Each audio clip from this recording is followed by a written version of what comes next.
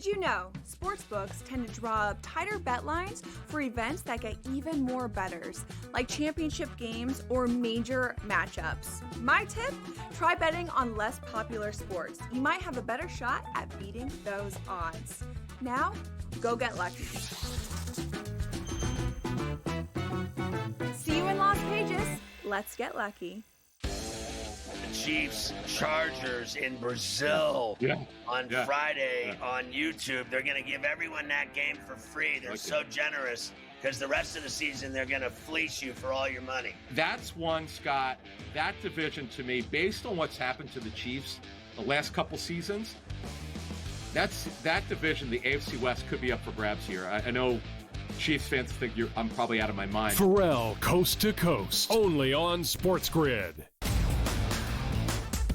I actually like the fact that they went 7 games against a quality opponent here and still had to face adversity even in a game number 7. How are we setting up this next series where they rested Minnesota Timberwolves team taking on OKC fresh from the fight here? They had an extremely, maybe it's just too strong a statement to say, easier pathway than people thought, particularly because of their size. The early line, only on SportsGrid. The game is on. The stakes are high, but the action isn't just on the field. He's rearranging that rim. Get it inside! SportsGrid's in-game live. Your ultimate second screen experience. Just a little flyer, couple of thoughts. 18.5 point live line. Every prop, every play, every day. Anything can happen. That's complete chaos. It's smarter to be on SportsGrid.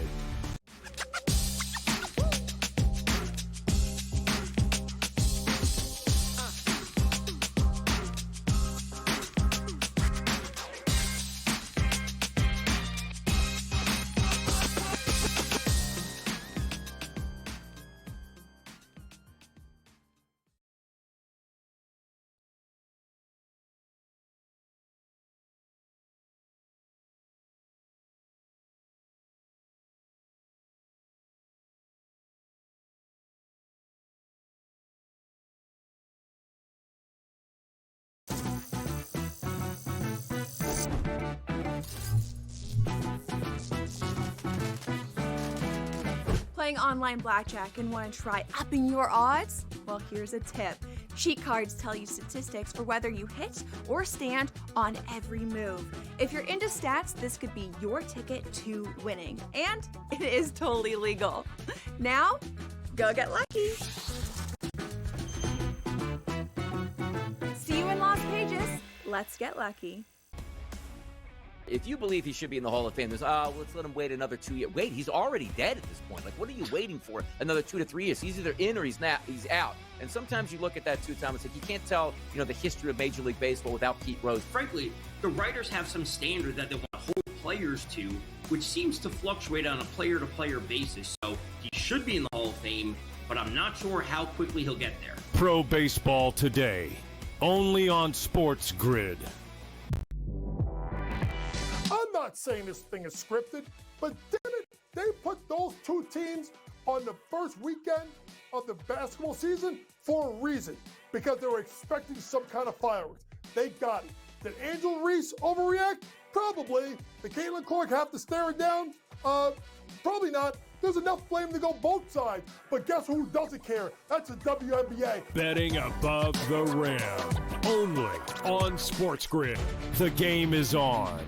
The stakes are high, but the action isn't just on the field. He's rearranging that rim. Get it inside! SportsGrid's in-game live. Your ultimate second screen experience. Just a little flyer, couple of thoughts. 18.5 point live line. Every prop, every play, every day. Anything can happen. That's complete chaos. It's smarter to be on SportsGrid.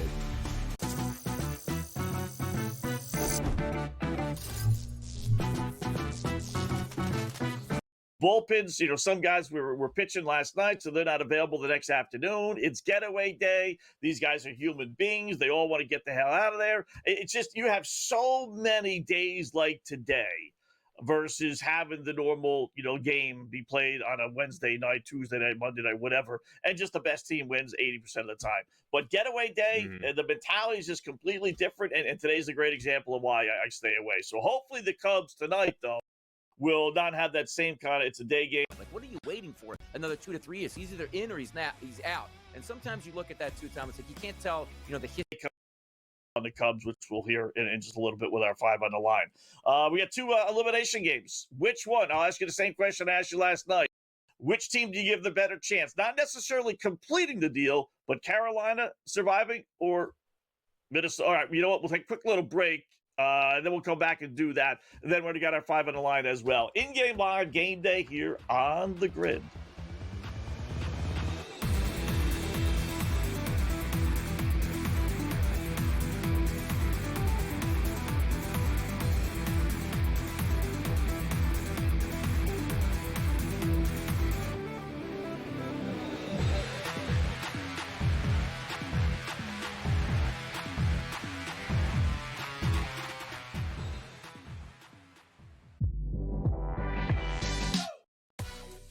No, we're not. Fun? No, if the Knicks are losing, I'm gonna be miserable. Be fine. I'm gonna be miserable. Really? You know what? I'm saying Knicks are winning tomorrow. Oh. Fuck it. Here we go. Knicks are winning. See that guy? No, that's the wrong guy. See that guy? See him? He's over his assist prop. Jalen Brunson. He's going over his assist prop. Betting above the rim. Only on SportsGrid.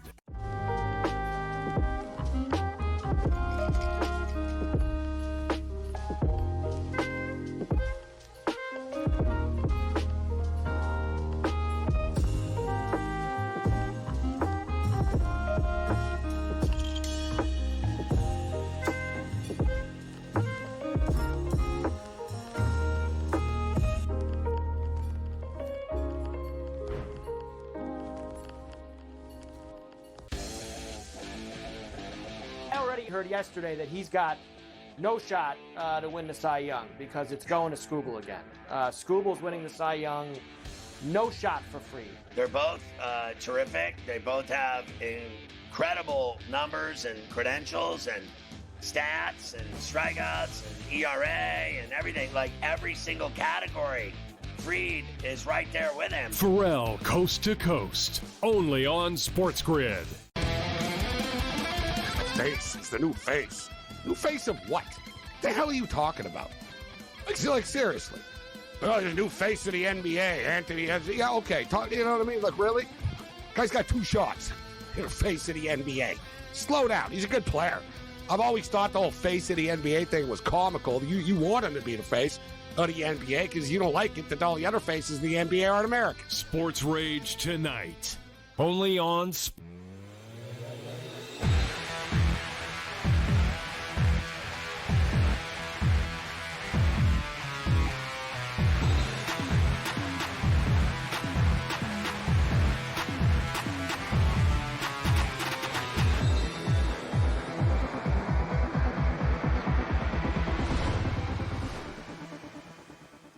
All right, welcome back. It is In-Game Live Game Day here on the Grid. Scott and Adam, hour number 1 of our 2-hour extravaganza. You know what we do? First segment, first moments we get on air, our 5 on the line, 5 best trends.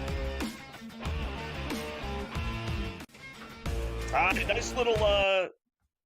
right, nice little 4-1 last night. We're now 141 up, 97 down, 44 games over 500. So here we go. 5 down to our best trend. Number 5. You see the winners last night. The hitting with Edmonton, the over Indiana points. Love that one. Under Toronto, Texas, another one hit again. And then the Cubs. Great example of why we give the Cubs minus 320 versus a run and a half. Run and a half is a loser, minus 320 is a winner.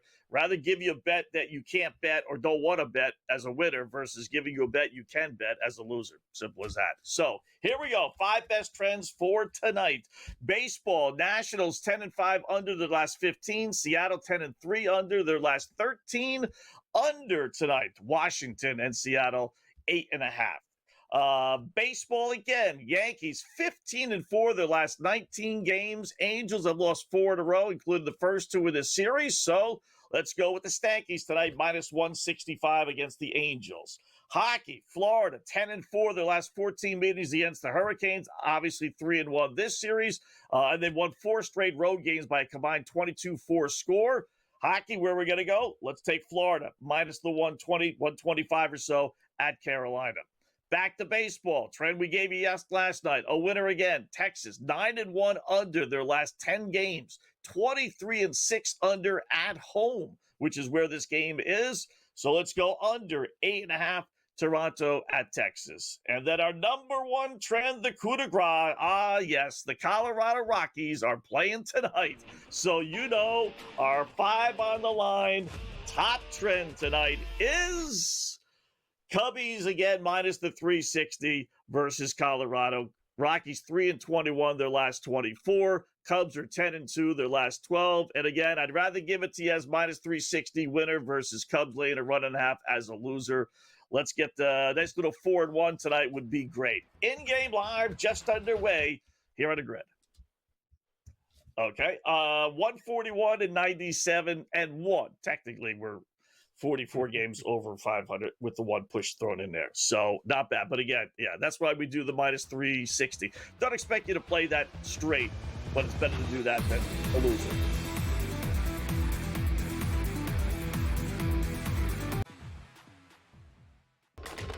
Enter into the magical world of McLuck.com, where even the smallest of spins can win real cash prizes.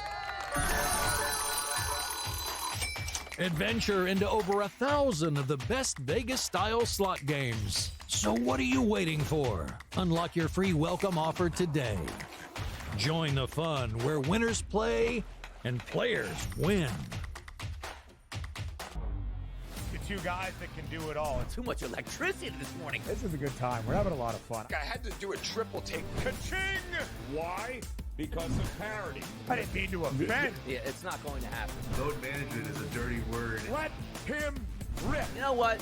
Circumstances provide the results. What? How do you do this once? Oh, Donnie, you got such a good show there. A network that is booming. The Early Line, only on SportsGrid. We're going to go through every single thing, and I've got a great team behind me that's going to help me get the job done. I want this to be the place that people come to. There is going to be an energy to game time decisions that you will feel night in and night out. We are going to hit every single one of those markets that you need to know about. We will have everything at our disposal, and we will use that to our advantage. There is not going to be a better place, I promise you, than Game Time Decisions. I'm Kevin Walsh. Tune in to Game Time Decisions weekdays on SportsGrid. The game is on. The stakes are high. But the action isn't just on the field. Rearranging that rhythm. Get it inside! SportsGrid's in-game live. Your ultimate second screen experience. A little flyer, couple of 18.5-point live line. Every prop, every play, every day. Anything can happen. That's complete chaos. It's smarter to be on SportsGrid.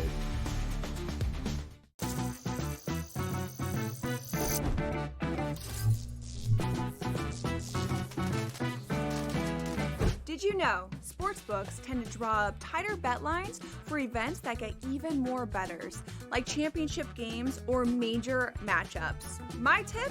Try betting on less popular sports. You might have a better shot at beating those odds. Now, go get lucky. See you in Las Vegas. Let's get lucky.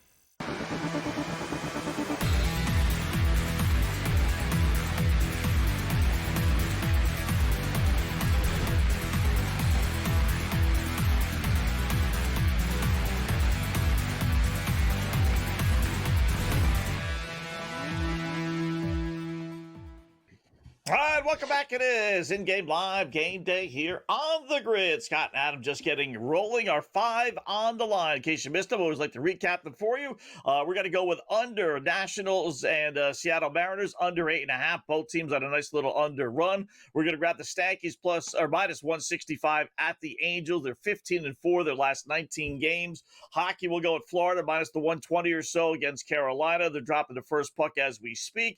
Florida 10-4 versus Carolina, and they won won 4 straight road games.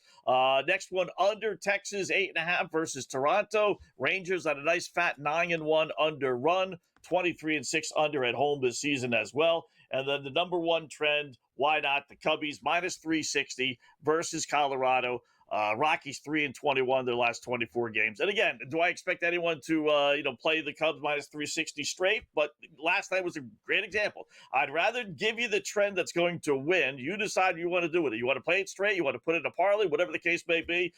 These trends are that trends. Sometimes they take into runs, run and a half, but Cubs only won by 1 run last night, so the trend was the winner. If you laid the run and a half, you end up being a loser. So I'd rather give you a winning trend just to throw in a parlay if need be. So our 5 on the line, 44 games over 500. So Adam, getting set to begin in about a half hour or so.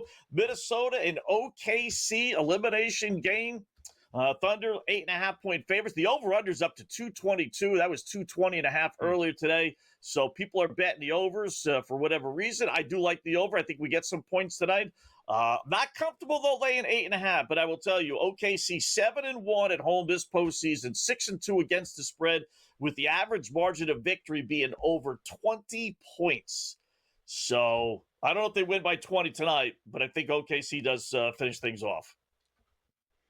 So you mentioned the Cubs, just to go back to that for a quick second in terms of them just winning. And obviously last night it was not easy. Had to come from behind to win it late after giving away a late lead. But I bring them up because the Thunder, you're talking about, I don't want to lay -3 whatever on the money line. And I agree with you. Obviously that's not something. If you could find value in the number, by all means, there are plenty of people out there that'll tell you that laying -500 isn't a bad bet if it's the right situation. Scotty Scheffler in a golf tournament or something like that. But, I looked at this, and for me, I believe OKC wins. I'm not so sure they cover the 9. In fact, if forced to decide, I would be more inclined to lay or take the 8.5, 9 points with Minnesota than laying it with OKC, even though obviously the Thunder are very live for a late rally and win by margin, as we saw in both games 1 and 2 of this series in Oklahoma City. What I would rather do, and what I did do earlier today, is put Oklahoma City and the Chicago Cubs in a money line parlay together. It's pretty juiced, obviously. You're getting -3, whatever it is on both sides of that. So you put it together and it's in the vicinity of -150, -160, somewhere in that range, but it's not -3 something. And granted, you need 2 things to happen, but these are 2 things that I believe are going to happen. I think the Cubs win despite not loving the pitching matchup in this game, but they're at Wrigley against, as we know, and we talk about it on a daily basis, Scott, the worst team probably in baseball history, let alone just this year, and a Thunder team that, I just think they put it away. I think that Minnesota held them close at home in, game 4, won by 2, didn't quite cover the number. It was a 2-point game, but that was just a little bit of a, I don't want to call it a collapse. Oklahoma City won the game, but a little bit of a give back late in that contest. And, I think you get the other side of that back here in OKC. They're home. They know they can't be complacent. They don't want, not that they fear it, but they don't want to have to go back to Minnesota to finish off this series. They're up 3-1. There's no way they are going to lose it. This Minnesota team is not capable of coming back from down 3-1 to win this series. We see it very rarely in NBA history anyhow. And I just ultimately think the Thunder take care of business. So for me, that's the parlay. That's the way I would play these 2 games together. Yeah. I tell you, if push came to shove and I had to do it, I would take more. I would go with OKC versus taking the 8.5 or 9, whatever it ends up being for you. I have more confidence in OKC winning than I do Minnesota keeping it close. They lost game 1 at OKC by 26. They lost game 2 by 15. They had the blowout win. They lose. It was a deceptive 2-point game. OKC was really leading the whole way. They really should have covered the 3. They really should. That was a tough, bad beat if you had OKC, right? But they didn't. But ultimately, 2-point game. They hung close. But I could see this being a blowout more than I can. Maybe Minnesota comes out fast, desperation, as we've seen teams do. But I think ultimately, if I had to pick a side, I would go with OKC. I really, probably the best play is over 114.5 points OKC. That kind of incorporates it all.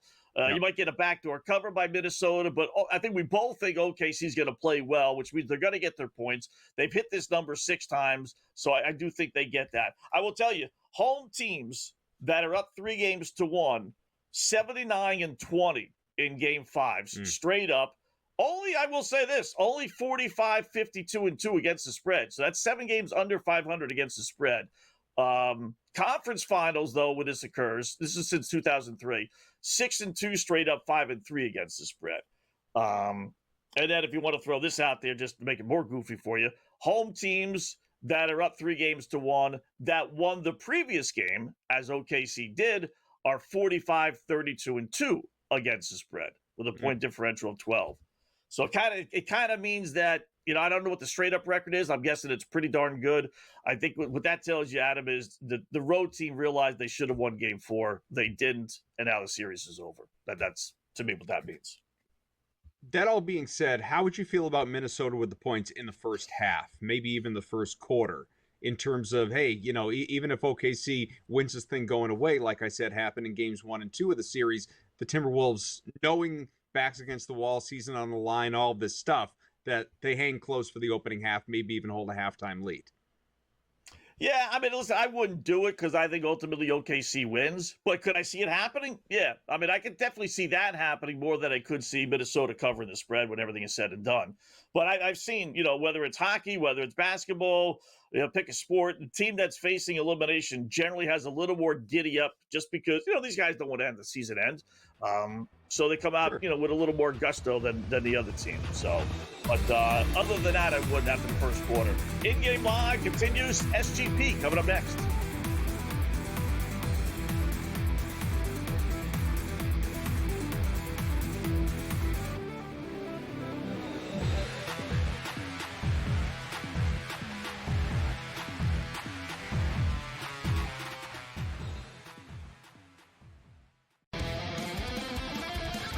It's the new face.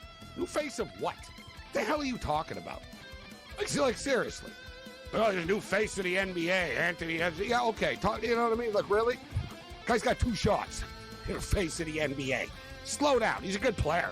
I've always thought the whole face of the NBA thing was comical. You want him to be the face of the NBA because you don't like it that all the other faces in the NBA aren't American. Sports Rage tonight. Only on SportsGrid. And if you go through Cat, that means Cat at 11-1 could be Eastern Conference Finals MVP. The worst team in the WNBA is the Chicago Sky. They have no perimeter play. They're playing Sloot too many minutes. And Angel Reese doesn't have the help she needs. Betting above the rim. Only on SportsGrid. I already heard yesterday that he's got no shot to win the Cy Young because it's going to Skubal again. Skubal's winning the Cy Young. No shot for free. They're both terrific. They both have incredible numbers and credentials and stats and strikeouts and ERA and everything, like every single category. Freed is right there with him. Pharrell, coast to coast, only on SportsGrid.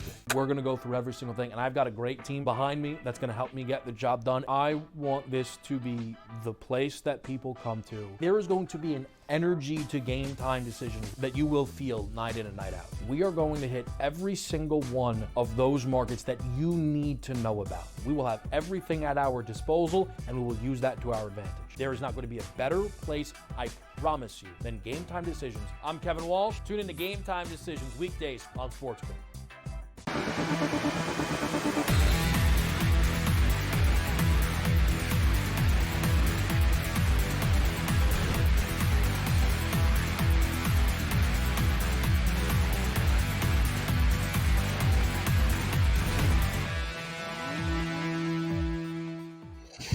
All right, welcome back in Game Live, Game Day on the Grid on this wonderful Wednesday.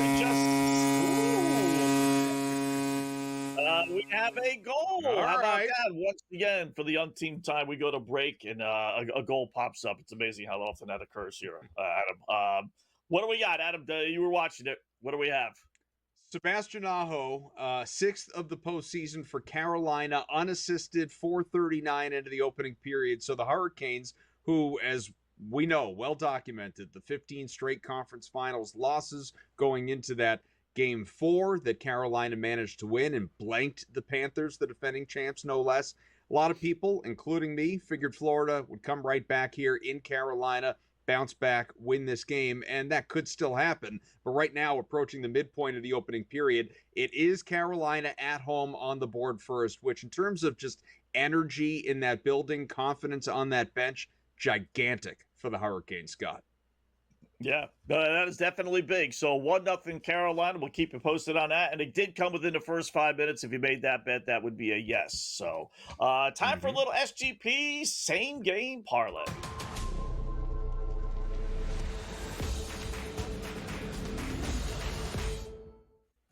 We were in position last night to win, but then the bullpen came into play, and all of a sudden Arizona's 6-0 lead turned into an actual loss. So don't ask how that happened. So back to the well we go. We're going to go on the left coast once again. This time we're going to use the Stankies and Angels for our SGP. Do like the Yanks tonight. It's only minus 166. I say only just because they're 15-4 last 19 games. We gave that out as a trend on one of our 5 on the line trends. I think they get the win again. We're going to go over 4.5 runs. They lead the majors in scoring at least 4 runs in baseball, so I think they get at least a 5. We'll use Aaron Judge 2 bases. It's minus 135, which is just crazy, but we're going to do it. Obviously, he can do that in one at bat. Anthony Volpe, this is the one that kind of really he should be more than minus 130. 2 bases for Volpe as well. These guys are righties. Angels have a lefty pitching, which probably leads to why these numbers are as high as they are. And then Trent Grisham, he's kind of in the middle of that stank. He lined up to get 1 run. He figures to get 1 run for sure. So add it all up, it's a decent little payout, plus 576. And you're turning a Yankees and over Yankees basically parlay into a almost 6-1 parlay with these other 3 guys. What do you think? Yeah, I mean, I'll say this. The Yankees, like you said, lead the American League East. They've won 4 straight. They're a good team. I don't love this spot for New York. It's not a bet that I wanted to play just betting on the Yankees, never mind the rest of the parlay. But, you know, full disclosure, right? Like, you're trying to build out an SGP for the people out there watching, and you have very limited games to work with here, unless you went with the basketball game. You just have the 2 for baseball, Yankees, Angels, and Nationals, Mariners, and we'll get to that one in a bit. You know, I think the Yankees win. I think they put up the runs, and how could I go against Aaron Judge, the runaway favorite for MVP right now? So then it comes down to the other 2 legs. Volpe was the first one that caught my eye as, boy, I don't know. I mean, he's not great. But that being said, you dive into recency bias and what he's been doing of late, and he is routinely getting on base. And not just that, you know, it's a lot of doubles and triples, a lot of extra base hits for Volpe. And so I actually like, you know, just looking at some of the numbers, I like what he has been doing lately. And I would be inclined to back him. And then from there, it's, you know, it's obviously Grissom, but, you know, you're just looking for guys in front to, you know, get on the board there when it's guys like Judge driving him in. So no, I think it's a good spot. It makes a lot of sense. And we'll be rooting it on throughout the show here when, throughout the final 20 minutes of the show when it finally gets started. Yeah. By the way, look at the Cubs are leading the Rockies already, right? 1-0. It's 1-0 heading to the bottom of the second, right? The Cubs are minus 10-1. With a 1-0 lead in the second inning, and they bumped them from minus 350 or so to 10-1. And it's only getting plus 560. You know, it's a 440 point vig, which is just criminal on the other side if you actually wanted to bet the Rockies. But, man, it doesn't take much, Adam, for them to boost these numbers up against the Rockies. I mean, it is just crazy how fast they'll put that up there. They begged for the opportunity. Yeah. The thing was, you know, the Cubs, after, just for instance, right, they were minus 360 coming into the game, and after a scoreless top of the first for Colorado, and then Chicago coming to bat, the Cubs were instantly minus 500. Like, just, you know, before all they had done was get 3 outs, throwing the baseball, and so to be leading now 1-0 and the jump to what'd you say again, minus 1,000? That's nuts, absolutely crazy. I'm not surprised. But it is crazy at the same time. Yeah, crazy. Jeff Dawson, EastCoastSportsInvestors.com will give us some winners when we come back.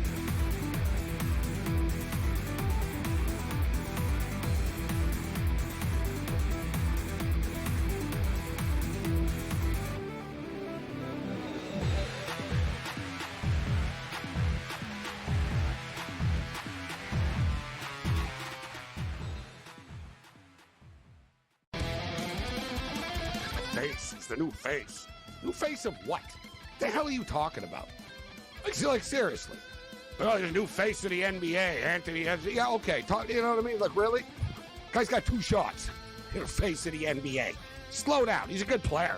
I've always thought the whole face of the NBA thing was comical. You want him to be the face of the NBA because you don't like it that all the other faces of the NBA aren't American. Sports Rage tonight, only on SportsGrid.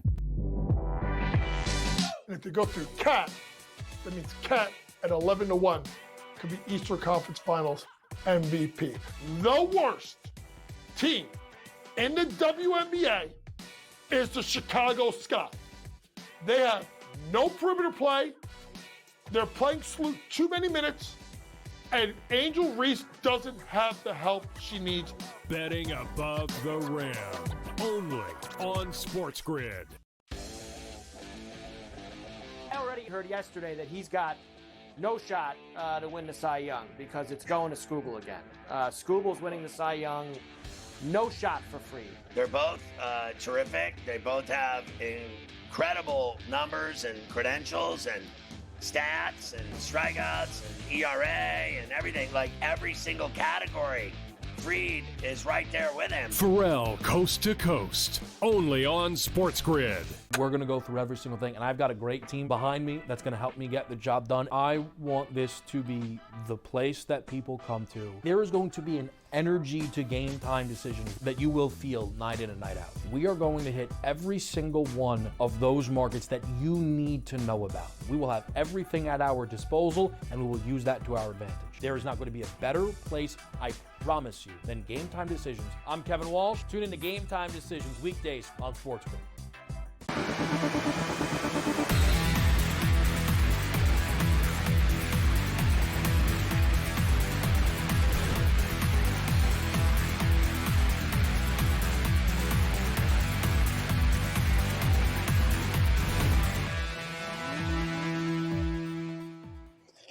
All right, welcome back in Game Live, Game Day on the Grid. Scott and Adam sitting in for Dave Sherapan tonight as we talk a little baseball, little NBA, little hockey with our good buddy, and that is Mr.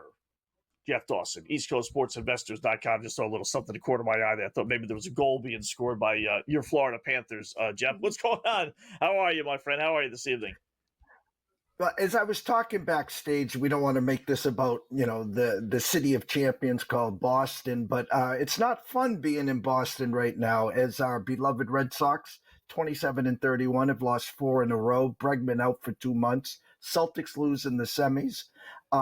Tatum out for most of next year. Stephon Diggs making OBJ look like the Pope on a party boat in Miami, handing out, I won't say. But Drake May didn't throw any interceptions today, so we're moving in the right direction. Yeah, of course, neither Shedeur Sanders there for Cleveland. So, what does camp really mean, obviously, especially when it's not even training camp. We're just in OTAs right now. But, hey, it is a nice reminder, Jeff, that football is coming. But before we get into, the baseball, even talk about I guess we may as well talk about the NBA game because it's going to be starting momentarily. We got time to look back on this hockey contest, which again is 1-0 Carolina midway through the first. A lot of talk in the last couple segments between Scott and I about OKC laying the 8.5 at home. He gave all sorts of numbers to support why people should be leaning into the home team or questioning maybe whether the better bet is to just go over the team total for the Thunder and take the spread out of it if you are a believer in OKC tonight as he is, as I am. How do you see it? What is the right way to bet this game? If you like Minnesota tonight, you got to dive into the first half. You got to hope they got 24 minutes to take the crowd out. Maybe Ant has a big first half, but the longer this stays close, the more the crowd can start to sense it, the more OKC can start to sense it. That's why we took the Minnesota T-Wolves team total under the 106.5. I expect a good first half. I do. But hopefully by the third and fourth quarter, they just stretch this out. And then the T-Wolves, no mas, wave the white flag for the last 8 minutes, and OKC can coast and get ready for maybe the Pacers next week. All right. So why the under Minnesota? Because it sounds like you like OKC. What made you go under Minnesota versus just taking OKC laying the 8.5? Defense, I think I was on a week ago, and we were on the same thing, and that was a high-scoring game where OKC ended up winning and covering in a lot higher-scoring game than I thought it would. Home court, OKC known for their defense, their depth. Just hopefully they can slow Minnesota down and kind of rip the heart rate out of them. If OKC comes out and has a big first half and is up double digits at half, takes care of business in that third quarter, I can see the points being real low there. I don't have to worry about a backdoor cover where OKC's 8th, 9th, and 10th guys on the bench and Minnesota outscores them by 12 and it lands on 7 or something on a late 3. So I don't think they get to 110. I don't think they get to 107. So I'm just hoping the OKC defense dictates this game tonight. That defense was incredible against Anthony Edwards back in the most recent game, holding him to 13 shots. Were all over, just draped all over him throughout the game, Jeff. Double teams, triple teams, couldn't let him create, couldn't let him do anything, not even an active facilitator in that game with his team effectively backs against the wall. But now in the literal sense, season on the line, do you go back to Edwards? Do you lean over? Do you figure he figures it out and, responds in a way that the Michael Jordan of today's NBA, as everyone wants us to believe, will? Adam, I like the thought process because if you're going to go down, you might as well go down with your best player. And I wouldn't mind seeing an Amano versus Amano here, SGA versus an Ian Edwards. Hey, if I'm going to go out and we're going to go golfing tomorrow, I'm going to go out on my best game and maybe he gets 35, 37. And if he does, he's probably going to keep his team in that game. So again, tough to see OKC not winning this game, and with the spread at 8.5, the hardest thing is to close a series out, guys. Just ask the Panthers when they had it on their home ice and now trailing tonight. OKC's bred differently. They were knocking on the door last year. Now they're in front of their home fans. I expect an inspired effort here, and I'm just hoping they win it on the defensive side, guys. All right, 2 baseball games that have yet to get underway, Stankies and Angels, the first of the 2. How are you attacking this one? Guys, Angels came into this series hot as a firecracker. They had swept the Angels, and then they had another sweep on the road. They come home, of course, and come the Yankees here. This game looks like it's trending to a lower scoring game here. Yankees team total is 4.5, Angels 3.5. I think the Angels actually can score some runs today. Can they win the game? The number's not really that big on the Yankees today. It's down to 163. I give the Angels a puncher's chance, but by doing that, I'm going to say, hey, I think they can get to 4 or better today. I really do. And if they're trailing, I do get that 9th inning and the 25, 26, and 27th out. So I like the Angels, couple homers tonight. Maybe Nato starts off bottom of the first with a homer, and I like them to get to 4 or better tonight. I'm just wondering, and I know we can't predict these things necessarily, although Scott did outline it well earlier before you came on, talking about all the different reasons that midweek baseball and these day games on Wednesdays are kind of good, intelligent stay-away spots for bettors. We have seen most of the heavy favorites today lose, and lose pretty decisively at that. Hoping obviously the Cubs don't do so tonight and they're out to an early advantage at home against the Rockies. But I don't know, does any part of you believe that the Mariners in the game that you were just talking about, the Yankees in the other game, both these games starting in the next hour, are trap spots that, you should just go with the theme of the day and take the dog? I did with the Angels. I really did. And back in the older days, not so much because there's travel days now on Wednesday and obviously travel days on Thursday here. You usually see those lower scoring games, the teams that play back-to-back evening games and then the getaway day in the early afternoon or mid-afternoon. Bags already packed. They're out of the hotel. They already got their mindset whether they're coming back home or going somewhere else. So you can follow the trends. Trends can be your friends, guys. And like on Memorial Day, we saw a ton of unders come in. I always use 4th of July as that day. There's always so many unders. They'd rather be at a barbecue, at a cookout, versus playing America's game there, of course, and bases. But I do agree, Adam, to keep an eye on that there, especially if a team has lost the first two, maybe you can steal one, other than the Colorado Rockies, of course. How about Washington at Seattle? Seattle big winners last night. What was it, 9-1? What are we getting for tonight? I love the pitch and edge here. I do. You got Kirby coming back again here. I'm not going to lay the 205, guys.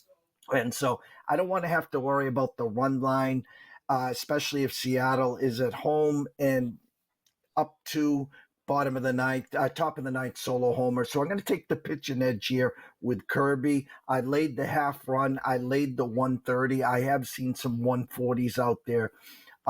So we're going to need a couple runs to be scored in the first 5 innings. We get our 15 outs guaranteed there.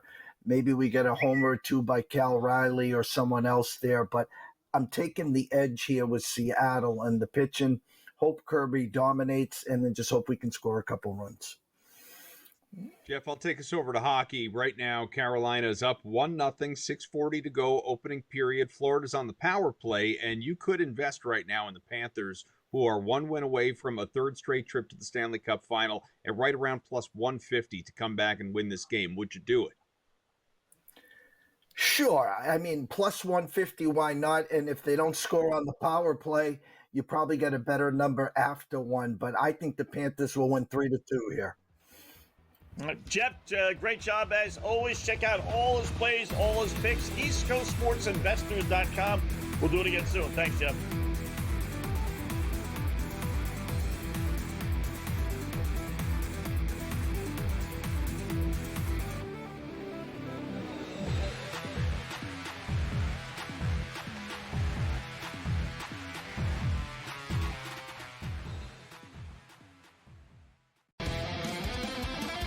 Face. It's the new face.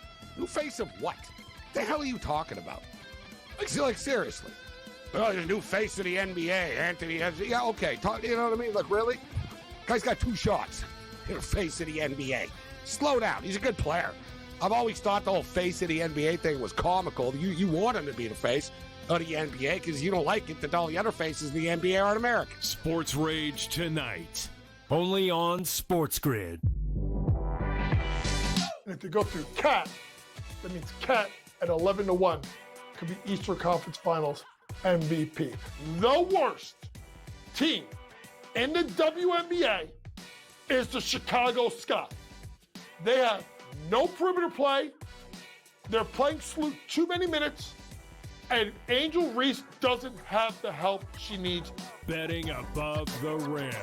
Only on SportsGrid. I already heard yesterday that he's got no shot to win the Cy Young because it's going to Skubal again. Skubal's winning the Cy Young, no shot for free. They're both terrific. They both have incredible numbers and credentials and stats and strikeouts and ERA and everything, like every single category. Fried is right there with him. Pharrell, coast to coast, only on SportsGrid. We're going to go through every single thing, and I've got a great team behind me that's going to help me get the job done. I want this to be the place that people come to. There is going to be an energy to game time decisions that you will feel night in and night out. We are going to hit every single one of those markets that you need to know about. We will have everything at our disposal, and we will use that to our advantage. There is not going to be a better place, I promise you, than Game Time Decisions. I'm Kevin Walsh. Tune in to Game Time Decisions weekdays on SportsGrid.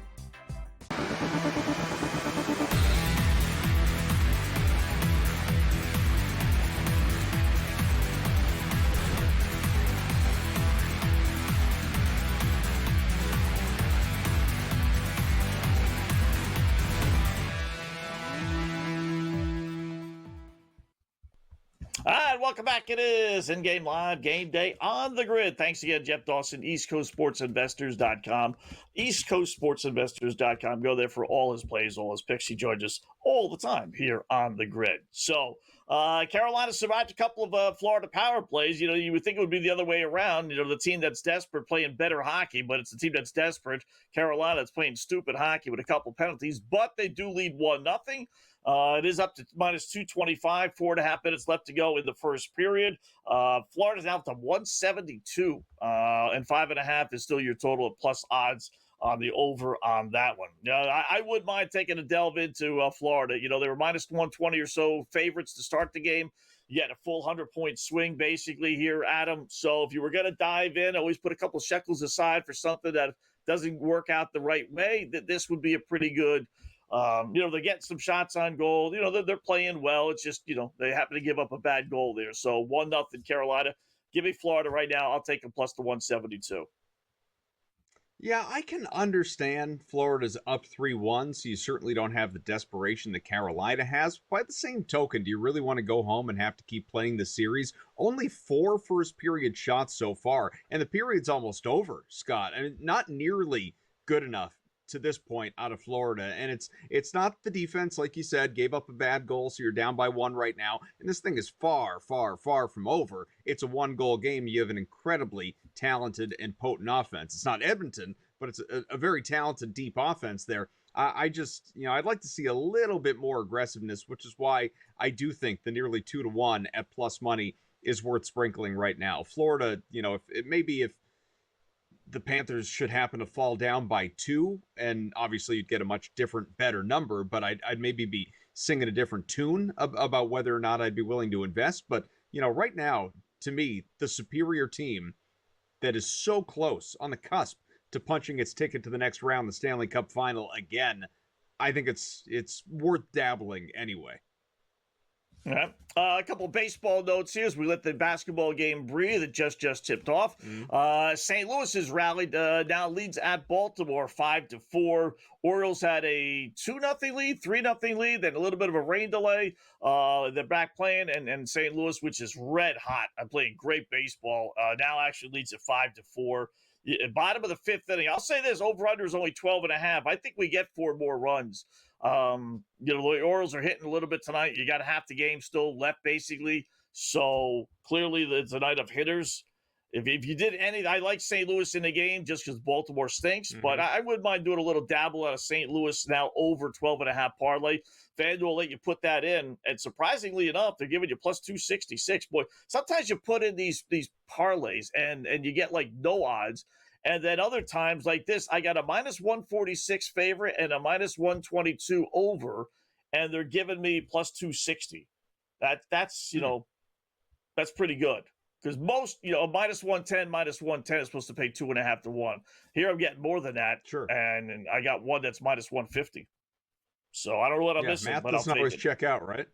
Yeah. Yeah, absolutely. put that in and just, before they change their mind. I liked St. Louis in this game coming in. What I ultimately did, and I didn't put a lot of money on this, but I just, playing around with today's slate and looking at how I wanted to bet some things that were beyond the quote-unquote obvious, like, I like the Cubs to win. No kidding. I did a first 5 money line parlay with Oakland and with St. Louis. And so the Cardinals have rallied just in time. Just got to get themselves out of the bottom of the inning here and could cash that one. And that was nearly 4-1 as well. So it'd be nice to bring that one home if St. Louis can do its job here, get the 2 more outs, not allow that runner who's on base to score. I mean, worst case scenario, if he does, that's a voided situation on that particular leg, but it'd be nice to get the win.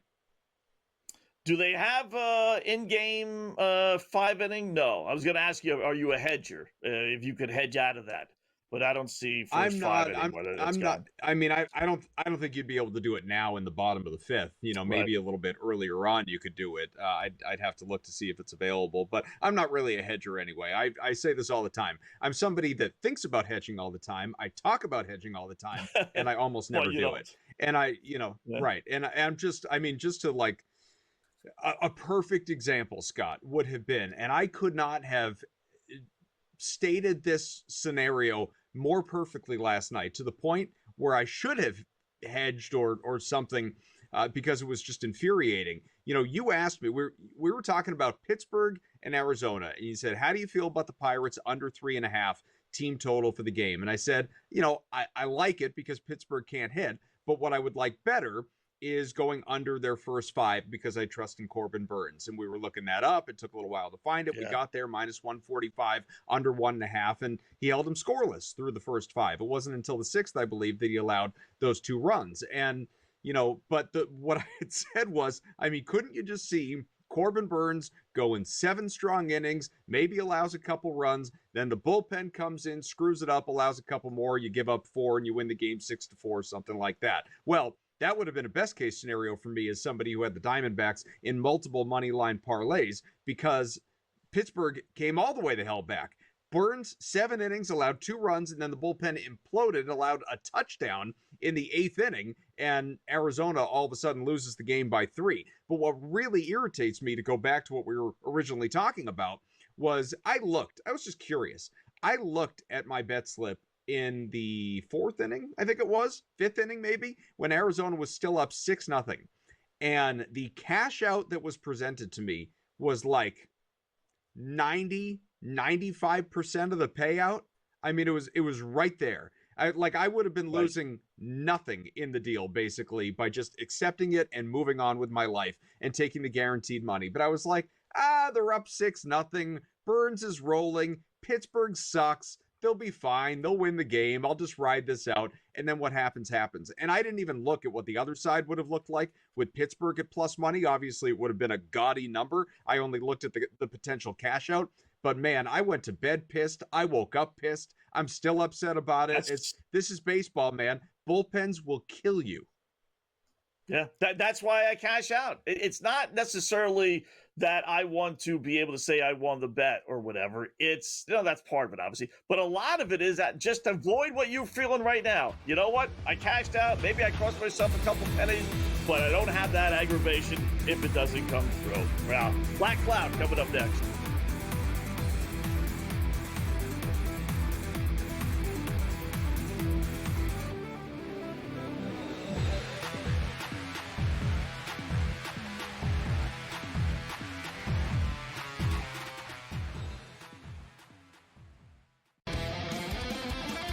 Face. It's the new face.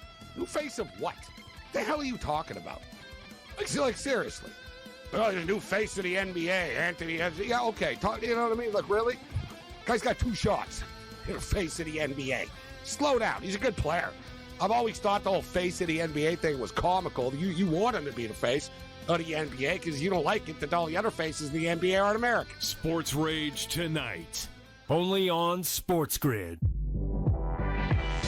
And if you go through Cat, that means Cat at 11-1 could be Eastern Conference Finals MVP. The worst team in the WNBA is the Chicago Sky. They have no perimeter play. They're playing Sloot too many minutes. And Angel Reese doesn't have the help she needs. Betting above the rim. Only on SportsGrid. I already heard yesterday that he's got no shot to win the Cy Young because it's going to Skubal again. Skubal's winning the Cy Young. No shot for free. They're both terrific. They both have incredible numbers and credentials and stats and strikeouts and ERA and everything, like every single category. Fried is right there with him. Pharrell, coast to coast, only on SportsGrid. We're going to go through every single thing, and I've got a great team behind me that's going to help me get the job done. I want this to be the place that people come to. There is going to be an energy to game time decisions that you will feel night in and night out. We are going to hit every single one of those markets that you need to know about. We will have everything at our disposal, and we will use that to our advantage. There is not going to be a better place, I promise you, than Game Time Decisions. I'm Kevin Walsh. Tune in to Game Time Decisions weekdays on SportsGrid.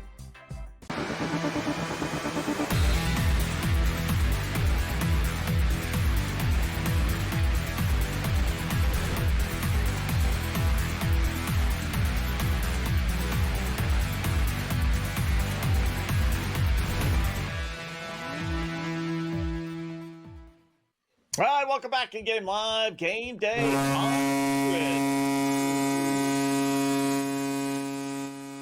While we were away, here we go. Once again, carbon copy. Carolina scores again. An almost identical play as far as a bad clearing pass by Florida intercepted Sebastian Aho, and he goes in. Simple little wrist shot that most goalies can make save blindfolded.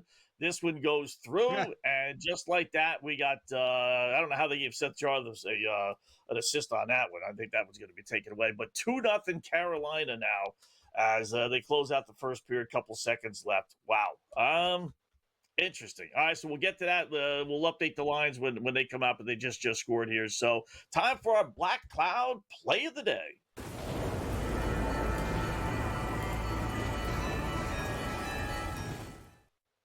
All right, we're going to use baseball. Yeah, not that much going on. I don't want to have to use a game that's already in progress if we don't have to. So let's use the Stanky game against the LA Angels. And we got burned a little bit last night going a full game under. We're going to go half game under here. Under, total runs over. I think that should be under. I have under, you guys have over. So it should be under 4.5 first 5 Yankees and Angels. I'm going to buy into Clark Schmidt being awful, but hopefully not awful through 5. And then you got Kikuchi, the left-handed pitcher, throwing for the Angels. I just don't think we're going to get 5 runs through the first 5. Got a getaway day. Bats are going to be swinging quickly. It's just a kind of a hunch play. I don't really love this one. I really don't. But let's go under, Adam. 4.5 runs. 5 runs. A lot for a Yankee Angel game. It was only 3-2 last night, so under 4.5. It's interesting that you're kind of playing both sides, too, because obviously you have the Yankees team total over as part of your SGP, but here the first 5 under for the full game. So, look, I mean, there's obviously a scenario where you hit both of those. It's, I don't know, maybe the Yankees are up 3-0 after 5 and they score a couple more and win the thing going away. Entirely possible. But, yeah, I'm with you. I don't know. I sort of, I hem and haw. I go back and forth, I guess, because I just don't think, I don't think much of Kikuchi. I think that you're right about Schmidt, and that's a guy that I would trust mostly in this spot. Kikuchi has just been very up and down so far this season. So, I mean, really both these guys, neither one has a great ERA. I just trust in Schmidt a little bit more as a total body of work, but it's going to be an interesting one to watch. That one will be a little more in our grasp in the final moments of the show when it gets started here. I'm still kind of in awe of what's happening, Scott, in this hockey game. I firmly felt Florida was going to respond and win the game. Still possible. It's only 2 goals, 40 minutes left. And if you believe it, you can invest in Florida at plus 360 on FanDuel right now. I wouldn't do it. I would have invested before, I said, when it was 1-0 and right around plus 160, plus 170. Now that it's, I know people like to do the whole, 2-goal leads, the most dangerous lead in hockey. I don't like what we're seeing out of Florida so far. It's not the defense. I mean, obviously the couple of bad clearing passes that you mentioned that Aho was in the right place, right time and executed perfectly on the other end, but it's the lack of intensity offensively. Florida still 4-5 shots through one period, just not nearly enough. They're I don't know, it's a little too casual so far in this game here. Yeah. Back to the Angels for a second. I'm trying to figure out why I played the under the first 5, because Kikuchi at home 1-0 with a 1.23 ERA this season. Okay. He's not bad, 1-4 ERA right around 3. So I figured we get a decent 5 out of him, and I figured Clark, who eventually will implode, but I thought maybe we'd get a decent first 5 out of him. So that's why I went under the 4.5. So I agree with Florida. It's amazing, right? I mean, I asked one of our LLs on the podcast. He's a huge Carolina Panther fan. We got a bunch of listeners down in North Carolina. And I said, what would it take for you to buy in again on Carolina actually winning the series, right? When your favorite team's down 3-0, you realize it's over. So it wasn't 3-1. Yeah. It wasn't even 3-2, he said. Even if they win tonight, they're more than likely losing in Game 6. But it would have to be a Game 7.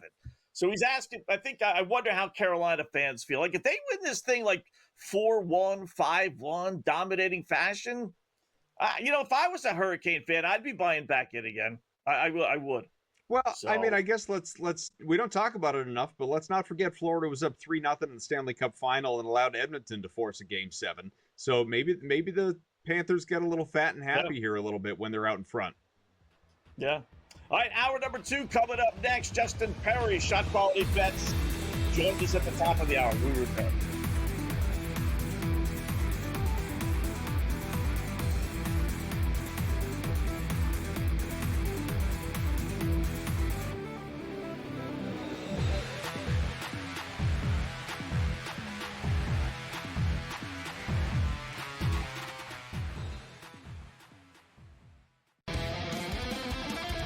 face. He's the new face. New face of what? The hell are you talking about? Like seriously. Oh, the new face of the NBA, Anthony. Yeah, okay. You know what I mean? Like, really? Guy's got 2 shots. You're face of the NBA. Slow down. He's a good player. I've always thought the whole face of the NBA thing was comical. You want him to be the face of the NBA because you don't like it that all the other faces of the NBA aren't American. Sports Rage tonight, only on SportsGrid. And if you go through Cat, that means Cat at 11-1 could be Eastern Conference Finals MVP. The worst team in the WNBA is the Chicago Sky. They have no perimeter play. They're playing Sloot too many minutes. And Angel Reese doesn't have the help she needs. Betting above the rim, only on SportsGrid. I already heard yesterday that he's got no shot to win the Cy Young because it's going to Scooble again. Scooble's winning the Cy Young. No shot for free. They're both terrific. They both have incredible numbers and credentials and stats and strikeouts and ERA and everything, like every single category. Freed is right there with him. Pharrell, coast to coast, only on SportsGrid. We're going to go through every single thing, and I've got a great team behind me that's going to help me get the job done. I want this to be the place that people come to. There is going to be an energy to game time decisions that you will feel night in and night out. We are going to hit every single one of those markets that you need to know about. We will have everything at our disposal, and we will use that to our advantage. There is not going to be a better place, I promise you, than Game Time Decisions. I'm Kevin Walsh. Tune in to Game Time Decisions weekdays on SportsGrid.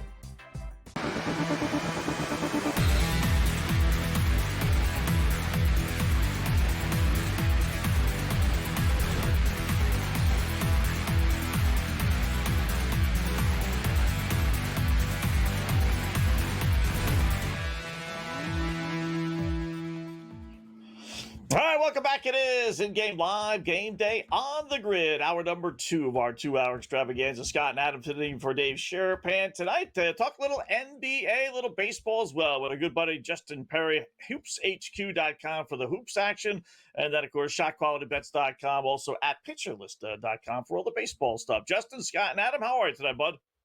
Hey, guys, thank you so much for having me. I am doing well, excited to talk a little hoops, a little baseball, fun time of the year. Got both going on before we get into those dog days of the summer. I'm going to be at the Garden tomorrow night, so we can talk about that a little bit. But it's been an interesting week to be a New York sports fan, that's for sure.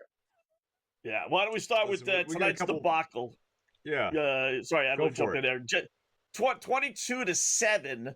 OKC is leading Minnesota, Justin, with 2.5 minutes left to go in the first quarter. Team that's desperate. We're seeing Carolina come through, but Minnesota 7 points in 9.5 minutes. What do you make of the teacups, and what'd you like about this game heading in? Not really going to cut it. I mean, look, missing a lot of shots. I think they will fight their way back into it. Likely a good spot, maybe to bite the bullet, get a Minnesota Timberwolves live spread. If you like them pregame, why wouldn't you like them now? I don't always adhere to that mentality, but our shot quality data showing this should be like a 4-point lead for Oklahoma City at this moment instead of the 15-point lead that it is. Really just not seeing anything from Jaden McDaniels, not seeing anything from Mike Conley, nothing from Nickeil Alexander-Walker. Only 2 players have made shots for the Wolves, and we are almost 10 minutes into this game. That's pretty crazy, while SGA and Shea have combined for 18. That's going to be tough to beat. I think, look, Minnesota, they'll figure it out. This will... they'll fight their way back in. Those misses will come back around later. I don't know how much they're gonna. I mean, they're gonna shoot obviously better than they're shooting right now. They're shooting 17.5%, 3 out of 17 to begin this game for Minnesota in the first 10 minutes. Clearly, it's ugly. It's hard to imagine it getting much uglier. I mean, 7 points with 2:38 to go in the first is unbelievable in today's era of basketball. And a lot of that is obviously crediting the Thunder defense and what they've been doing in forcing this Minnesota team into bad shots. Now, I don't know. The 17.5 as it sits on the live line, that's a pretty fat number. So I'm with you. If you believed in Minnesota going into the game, you're getting a number that's doubly as good now. You may as well also double down and invest in it. But Yeah, right? Like the closeout at 17 and a half. Are they really going to shut the door at 20? Are they going to be comfortable with it being 8, 9, 12? Like, I think you're going to see that last minute tooth and nail to the bone type of fight out of the Timberwolves, right? There's not going to be any let's tuck our tail between our legs and go home. It's just taking a flight down south. So I would expect them to fight tooth and nail. I think I like that 17 and a half. Counterpoint on that, real quick. Yeah, I mean, this is a Timberwolves. This is like everyone wants to talk about Anthony Edwards. He's the new Michael Jordan, face of the NBA. Blah blah blah blah blah blah. But this team gets celebrated not only for Ant being a young superstar, which he is obviously, but for being in the conference finals 2 straight years. Not an easy task, obviously, but. Man, I mean, last year, I'm just pulling it up while I'm talking to you because I don't want to remember it wrong. No, they I'm got right. beat. One win. One win. Well, I knew they got beat, but one win. Dallas kicked the crap out of them. I mean, I guess they were that's close my games, proverbial. mostly, they got beat bad. They got beat bad. Well, but here's your thing. Like this is this couldn't mirror this better. In the closeout game, Game 5 of that series, it was the worst loss, 124 to 103. And that game was in Dallas. So maybe the DNA of this team is to just freaking roll over when they're down 3-1. It feels like that's what we're seeing right now with largely the same group.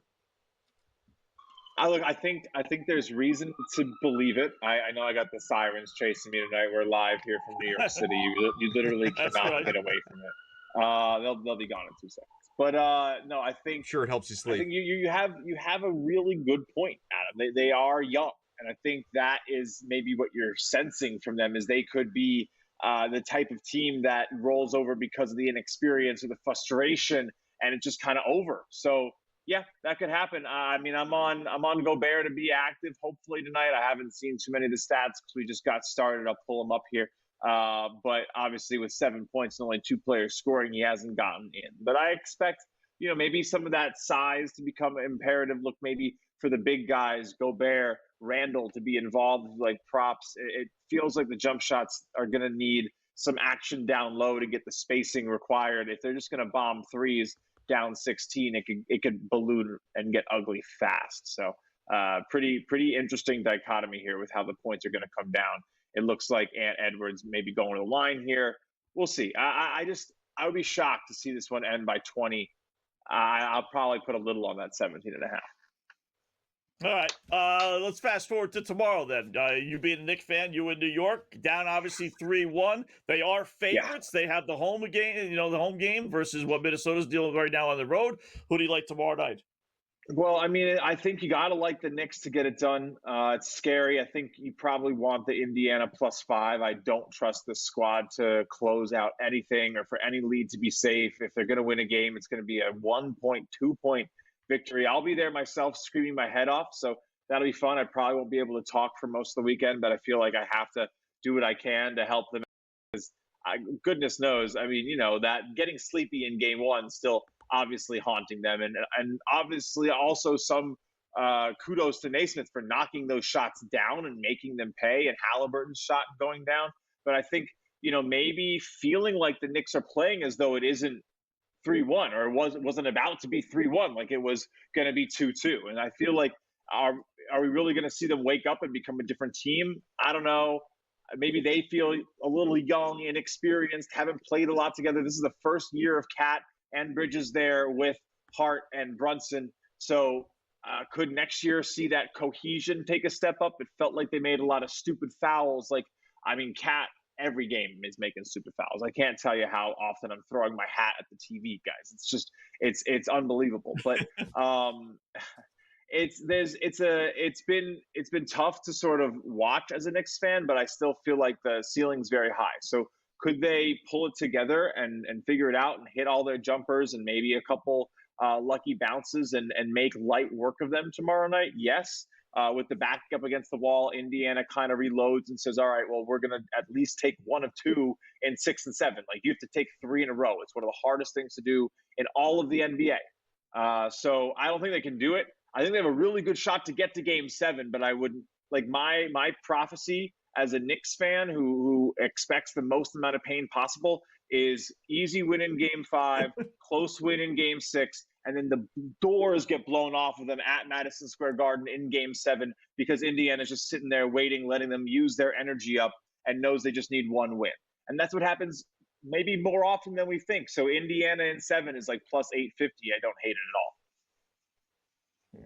All right, yeah, you want to hold on to your when we come back from break? We'll get to your I gotta plays. jump. I gotta jump quick, but okay. I'll tell you some baseball. I'll take some unders for the Angels, Yankees, and a couple of the other late games.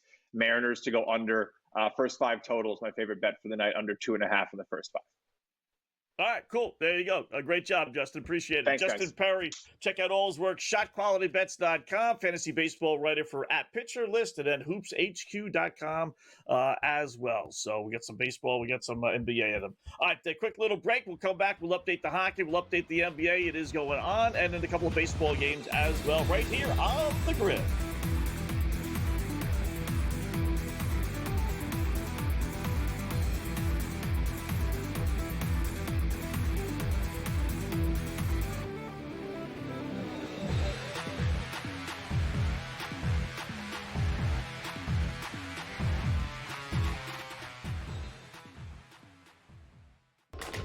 Enter into the magical world of McLuck.com, where even the smallest of spins can win real cash prizes.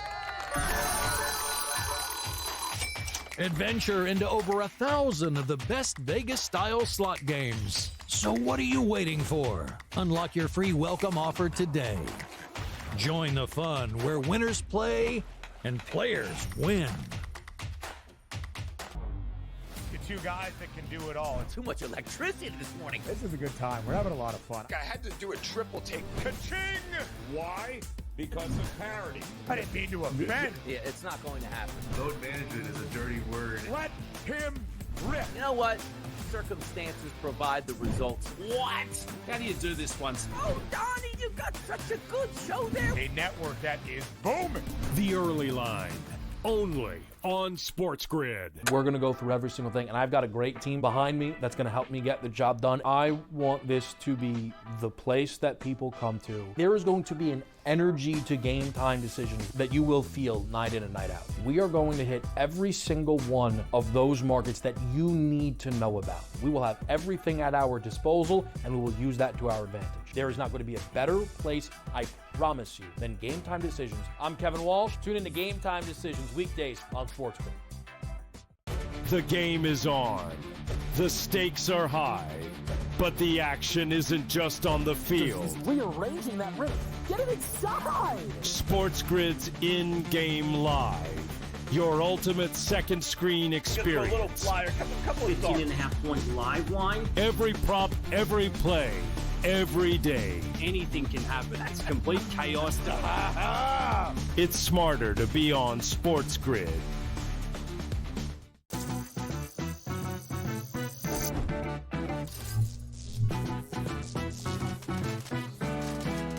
Did you know sportsbooks tend to draw up tighter bet lines for events that get even more bettors, like championship games or major matchups?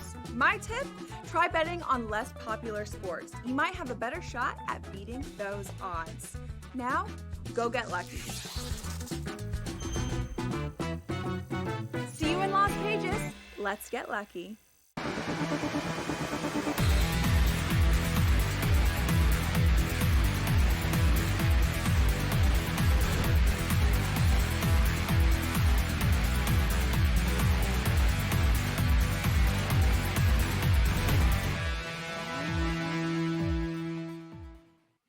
All right, welcome back in Game Live, Game Day here on the grid. Thanks again, Justin Perry, ShotQualityBets.com, PitcherList.com, HoopsHQ.com as well. Check out all his work. Do appreciate that.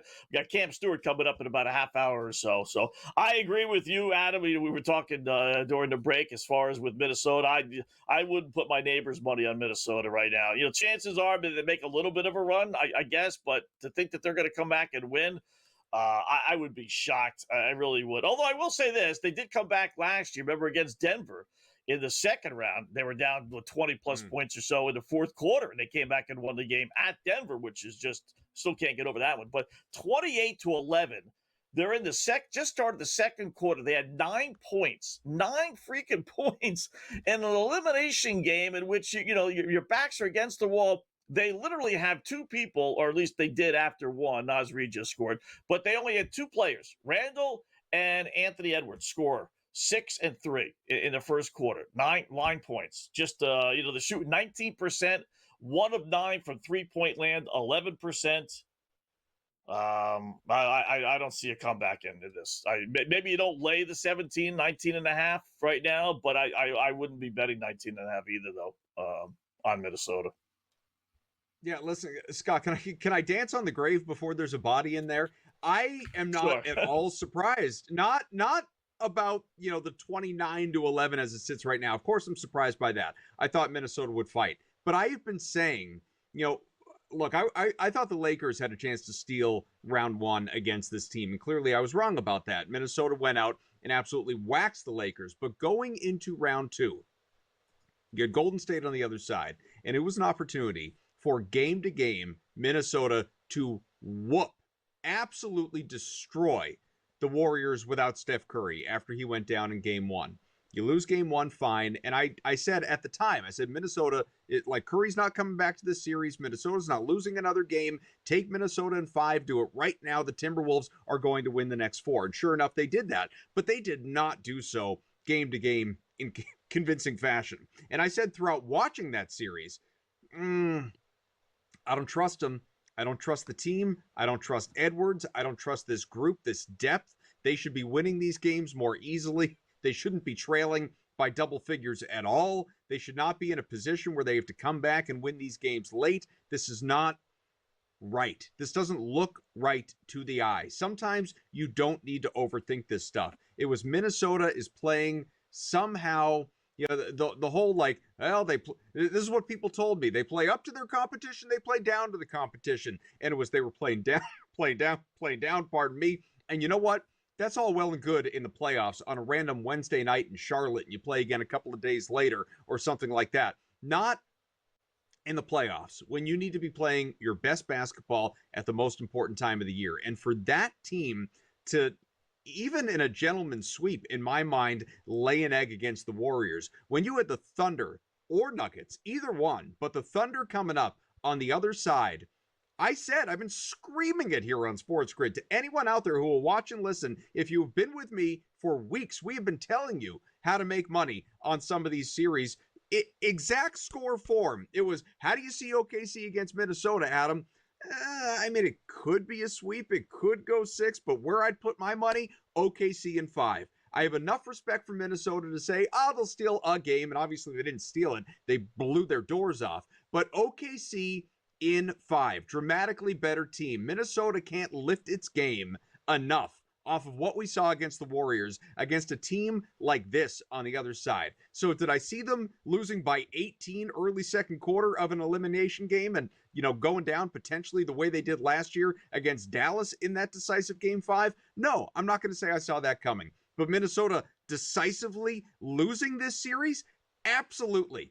I don't know how anybody believed, Scott, that Minnesota was going to put a fight in this series, let alone win it. And we have seen no display of it whatsoever. What OKC is doing right now, this is not fluky. This is who the Thunder are, which is why they're going to win the NBA championship. And probably, even though I think it'll be a fight for, some games overall, I don't think it's going to be that big a test for them with the Pacers on the other side. I just, crown them right now. Just put the champagne in their lockers and let them celebrate, and they can play the next series drunk. It doesn't matter. This team is too good, too young, too deep, too energetic.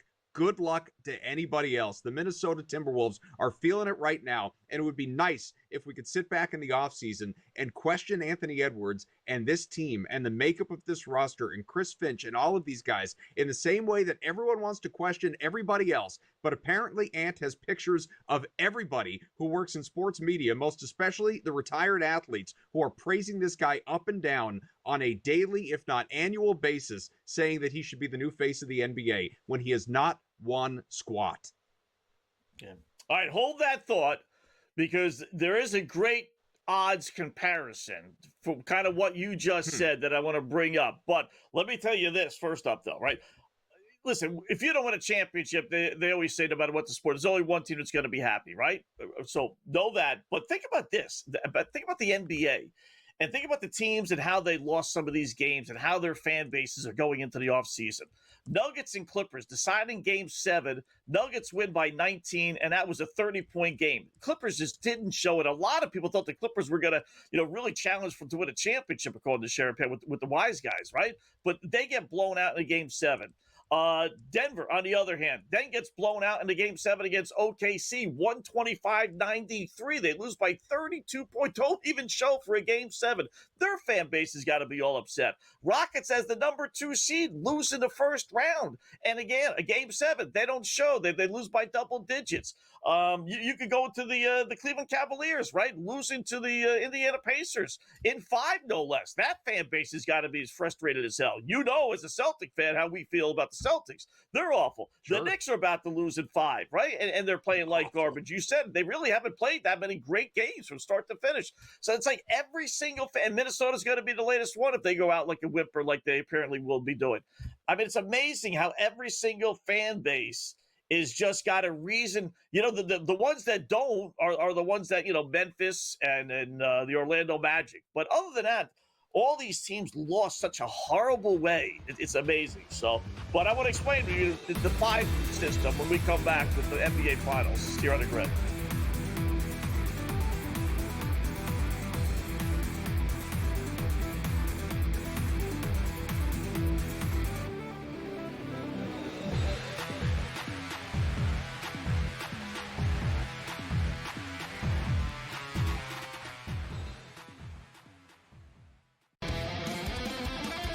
It's the new face.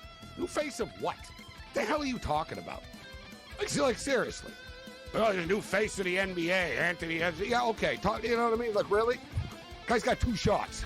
You're the face of the NBA. Slow down. He's a good player. I've always thought the whole face of the NBA thing was comical. You want him to be the face of the NBA because you don't like it that all the other faces of the NBA aren't American. Sports Rage tonight.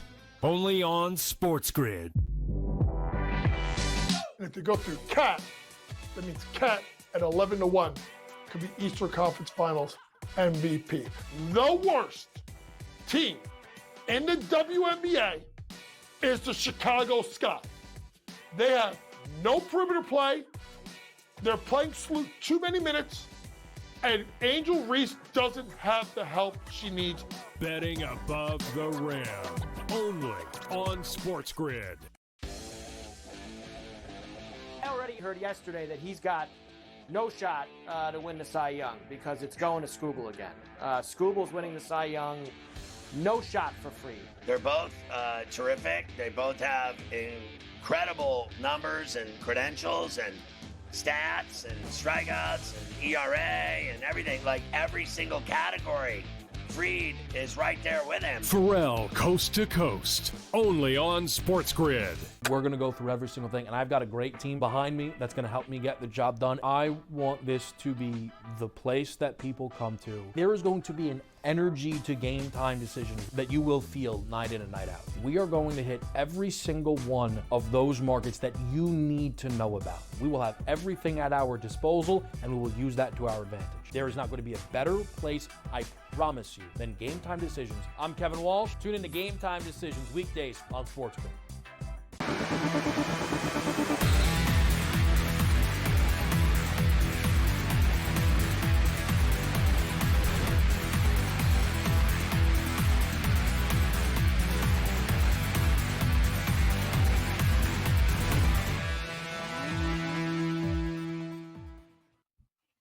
All right, welcome back to In-Game Live. Game Day here on the Grid. Scott and Adam. Hour number 2 got a little bit of a lull as they got the NHL. They have started now the second period, so it's still 2-0 Carolina. So we'll get back to that in a little bit. 770 plus 450 on the other side as Carolina try to extend that series lead in 2-zip. And then NBA, as we're discussing here, it's all OKC 38-14. It's up to now 24 points as far as the lead is concerned. Point spread is 21.5. It's getting bigger and bigger. and Minnesota's showing no signs of any life. So let's assume, Adam, you brought up a good point when you were talking about, how Minnesota had no shot. You said you thought OKC was going to win in 5. It's interesting you say that because the odds, FanDuel offers up a possible NBA Finals, and they give you the odds whether it's going to be OKC versus Indiana or OKC versus the Knicks. They don't even use, Minnesota, so they have no faith in them. So possible finals, which is funny, right? Possible finals, OKC to beat Indiana. If you get your money back, in other words, that's not going to be the matchup, is minus 620. But if you want to lay a game and a half, which means they got to win in 6 or less, it's minus 245. And then you see there, if you're willing to lay 2.5 games, which is winning in 5 or 4, it's minus 105.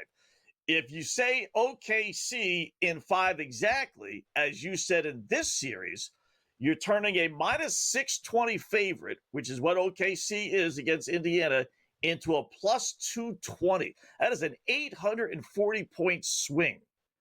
So do you think it is really going to be, because who wants to lay minus 620 in an NBA Finals or anything? For nobody, right? What's the point? So you got to find, pick another way to lower those odds. I mean, OKC's got home court advantage. I'm assuming you're thinking they win the first 2, they split 3 and 4, they win in 5, right? I mean, at plus 220, that's not bad. Well, I'll say this. You brought up FanDuel's hypothetical market, and obviously for the purposes of if something does go haywire, and let's say the Knicks come back, beat the Pacers, the reason the number looks the way it does, that minus 6 whatever it was, is because it voids if the matchup doesn't happen. You get your money back. If you wanted to invest, though, in the if you wanted to invest in the exacta, though, meaning if the matchup doesn't happen, you just flat out lose, you get a much better number. If you look at OKC to beat Indiana, regardless of number of games, just Thunder to beat Indiana, it's more in the neighborhood of minus 250. You get a considerably better number. And I believe that's going to happen. So I would rather just risk the loss, meaning, either the Pacers win the series, obviously, or the Knicks get to the series and it's moot at that point, but it's not moot because you've lost your money. I would rather invest in that just because nobody's laying minus 620. You could justify minus 250. The series spread, I could talk myself into that minus 1.5. I don't want to go near the minus 2.5 because, as I said before, I think the Pacers are absolutely a team capable of pushing that series to 6. I think what I would rather do, looking at those odds there on my screen, I've talked about this before with other series. I would rather put some money on both OKC in 5 and OKC in 6. They're both plus 2 whatever they were. You're going to come out ahead regardless, as long as obviously one of those bets comes to fruition. I think that's a better way to approach it than necessarily leaning into a series spread, because if it does happen to go 7 games, you lose the minus 1.5. If it goes 6, you lose the minus 2.5, that type of thing. I could talk myself into the minus 1.5 because I really don't think it goes 7, but handling it the other 2 ways, probably the first way that I would approach it. Again, it's the only thing in my mind, and I said this about the Celtics last year throughout that title run, the only thing that's slowing down this freight train, which is historically good by so many different measures statistically, is injury. Celtics avoided any significant problems last year throughout the postseason. They cruised. They ran away with the rest of the NBA. And I think the Thunder are going to do the same thing this year, so long as SGA, Jalen Williams, these most important players can stay on the floor. I'd give Indiana a better shot. I'm surprised at those numbers that they're giving you. Total games in a series is 5.5. It's 2.5, as I mentioned, OKC, in order to get it down to basically even money minus 105. So in other words, they're saying they're winning in 5. That's the bottom line. I don't know. You don't think Indiana can win 2 games? I think they can. I like this Pacers team. I think the Pacers can win 2, but again, then you're talking about OKC in 6. Then you're talking about OKC minus 1.5. Right.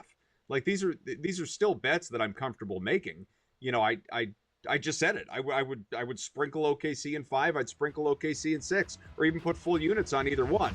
I don't think the Pacers win 3. I don't think the Pacers win 4. I think this Thunder team is going to win the Larry O'Brien. All right, more coming up in Game Live.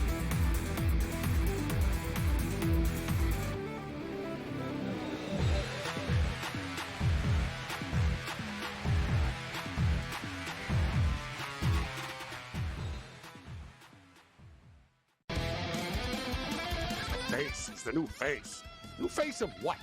The hell are you talking about? Like seriously. Oh, the new face of the NBA, Anthony. Yeah, okay. You know what I mean? Look, really? Guy's got 2 shots. The face of the NBA. Slow down. He's a good player. I've always thought the whole face of the NBA thing was comical. You want him to be the face of the NBA because you don't like it that all the other faces in the NBA aren't American. Sports Rage tonight.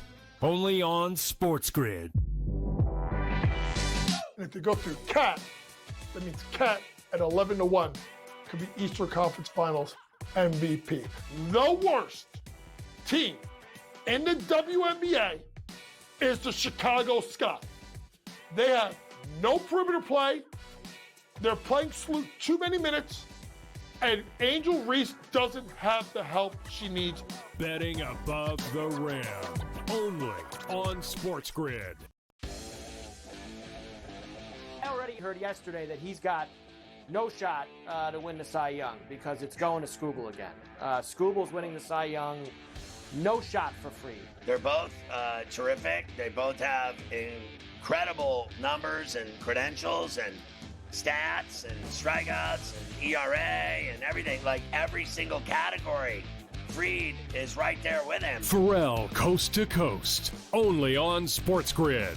We're going to go through every single thing, and I've got a great team behind me that's going to help me get the job done. I want this to be the place that people come to. There is going to be an energy to game time decisions that you will feel night in and night out. We are going to hit every single one of those markets that you need to know about. We will have everything at our disposal, and we will use that to our advantage. There is not going to be a better place, I promise you, than Game Time Decisions. I'm Kevin Walsh. Tune in to Game Time Decisions weekdays on SportsGrid.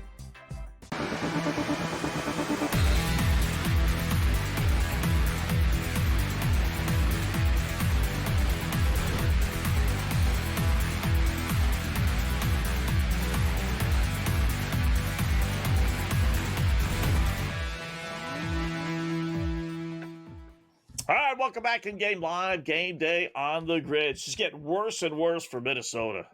It's just can you I, can't can even I give watch you some it. information? Can I give you some Go stuff ahead. I just looked up off of this? There are 14 playoffs. We're like, let's remove the play-in tournament, right? 14 playoff series so far this postseason. We saw. I'll skip the games that were close. So, Game 7 between the Nuggets and Clippers, a game that Denver won by 19 points, and it wasn't nearly that close. It was like 40 at points during that game until the Clippers bench went on a run to close out the game after Denver didn't care anymore. You had the Thunder beat the Nuggets in Game 7 in the last round by 30-some points. This game, obviously, the Thunder are now doubling up the Timberwolves. Other side of the bracket, Cavaliers in a sweep of the Heat. They win Game 4 by basically 50 points. You had, in fact, was it worse than that? I think it was 55 even. You had the Celtics crush the Magic by 31 in the first round in their decisive game. And then the Celtics obviously losing by about 30 to the Knicks in their decisive game. You know, and now, like, it's, I mean, that's 6 out of 14 series. Basically half the postseason where backs against the wall, season on the line, pride at stake at the very least, and you no-show. I mean, I love the NBA as much as anybody else, Scott. And just, I can't remember a time in the playoffs when the product was this gross, when there was such a true lack of parity from series to series. Yeah. By the way, Florida just scored 2 goals in 30 seconds. They tied up Carolina 2-2. Let's go, Panthers! Yeah! Nice! But, yeah, I mean, that's why I pointed out, you know, with the fan base, all these teams, you know, I laid it out as well before. It just, every fan base out there, outside of the Grizzlies, who didn't have a prayer, and maybe Orlando that didn't have a prayer against the Celtics, they all went home upset, not because they didn't necessarily win the championship, but just how their teams just laid over and just died in these critical Game 5s. It's remarkable. They're closing in on a 30-point lead. Thunder 55-27. 20. I'm not sure what I'm more amazed with, the 28-point lead or only 27 points for Minnesota with 2.5 minutes left to go in the first half. I mean, that's just embarrassing. Just And you want to tell me about how Anthony Edwards is so good? Really? Three for 9. He's got 5 rebounds. Give him 9 points. Randall, 8 points. At least they finally put Terrence Shannon Jr. in. He's a bucket. He's just a flamethrower off the bench, a microwave. He's got 5 in his 8 minutes, taking 3 shots, hit 2 of them. But yeah, I mean, this is like, it was Justin earlier when he was on with us talking about how, like, Jaden McDaniels, Mike Conley, Nikhil Alexander-Walker, may as well throw in Dante DiVincenzo, just naming the role players, right? The role players have to do something. Yeah. And generally that's true, but I feel like that's more true in home situations. On the road, especially with your season on the line, like, your best players got to be your best players, man. And Ant, not right now. Randall, not. And please, the game's on ESPN. Can I tune into SportsCenter after the game or watch First Take in the morning and hear him eviscerated? Probably not, because all the talking heads over there want to do nothing but praise this guy. But I don't even dislike Anthony Edwards. The state of the former player driven media right now that wants to just praise guys up and down who have never won anything, and I don't understand it. I appreciate somebody like Charles Barkley on the other side, who, like, famously, obviously is one of the best basketball players of all time, but famously, and gets ragged on it on a daily basis by Shaq, hasn't won a championship, or didn't win a championship in his NBA career. He's the only one calling out Ant. I'm getting choked up just thinking about it. He's the only one calling Ant out for, like, what are we doing, face of the NBA? Shea, Jokic, Giannis, like, guys who have rings. It takes someone who doesn't have a ring to recognize that to be in the face of the conversation, face of the league conversation, you need to have a ring. You need to be part of a certain club. Like, Anthony Edwards is 23 years old. He's a superstar. He's one of the best players in the league. And maybe one day he gets his ring. But right now, like, why are we trying to crown guys right now at a certain level versus guys that have already accomplished something, or at least are on the precipice of it? Like, people don't Shea is the MVP this year. He is one of the best players in the world. He is a top 5 player in the NBA, and he's not the face of the NBA. And it's fine if you don't want to say he is, because you like Jokic or Giannis or somebody like that, as Barkley brought up. Edwards isn't even on the list. He's not even in consideration. And yet another, it's early, not for the team, kind of getting late for the team, but I guess relative to the game, it's early for the players. This is feeling like yet another important no-show performance out of Anthony Edwards. And I just, it's gross. It's indefensible.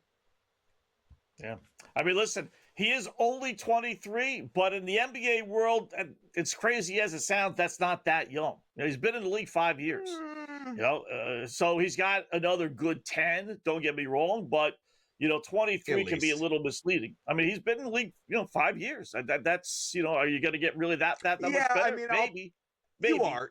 I'll push back on that. Like, in the NBA, I mean, this isn't the NFL where, like, a lot of the time you're out of the league by 23, 24. In the NBA, your prime years generally start at 26, 27. So I absolutely think he's going to get better. But, this is not an indictment of Anthony Edwards year after year and what he accomplishes in the regular season. It's what he's doing in the playoffs. His team can get to a certain level, a certain stage, as it has the last couple of years. It's not easy to make the Final Four.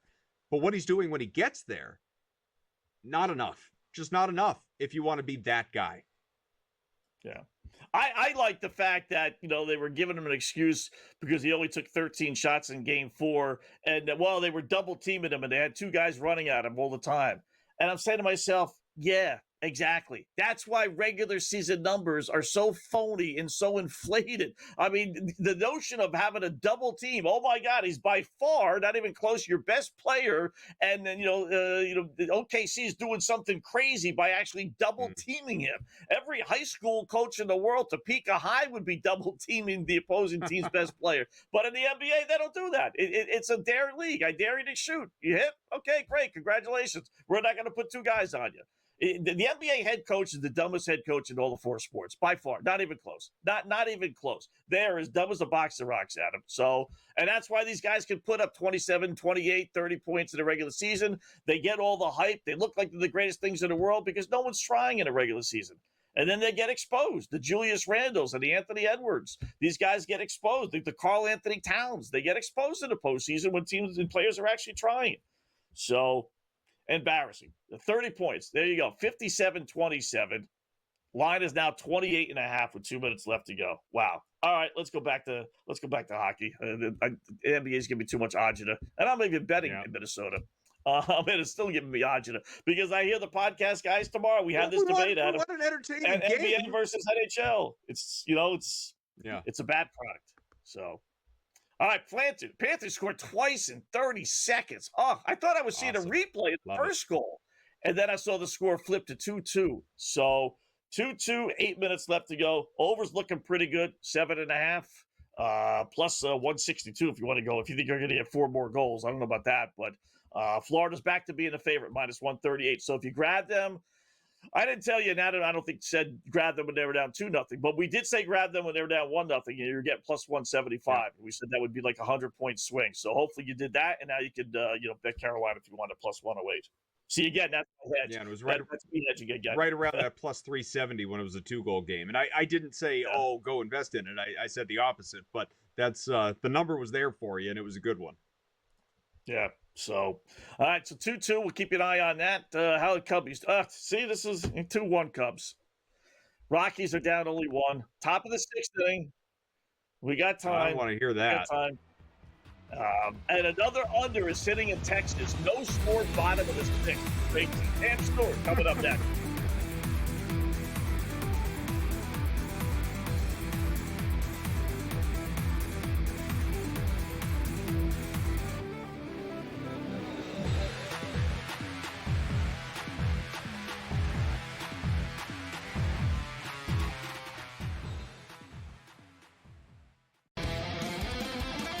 Face. It's the new face.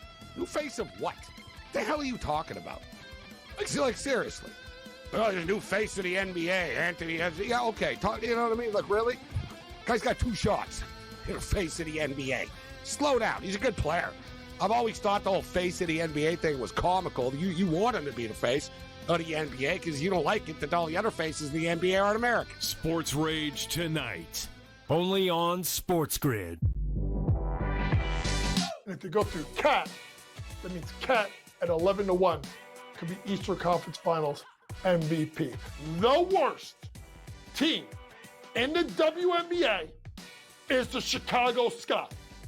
They have no perimeter play. They're playing Sloot too many minutes. And Angel Reese doesn't have the help she needs. Betting above the rim. Only on SportsGrid. I already heard yesterday that he's got no shot to win the Cy Young because it's going to Skubal again. Skubal's winning the Cy Young.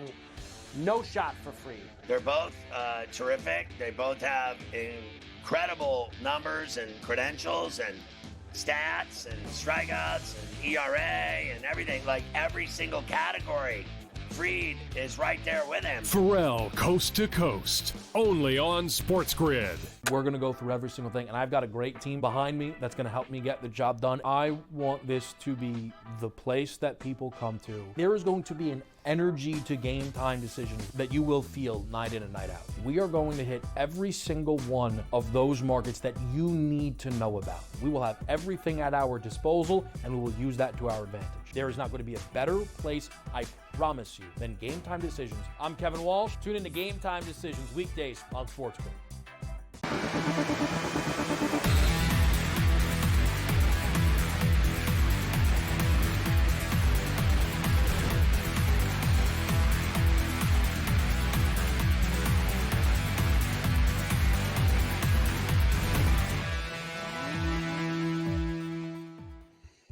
All right, welcome back in Game Live, Game Day on the Grid. Scott and Adam, hour number 2 is watch a little hockey, a little NBA,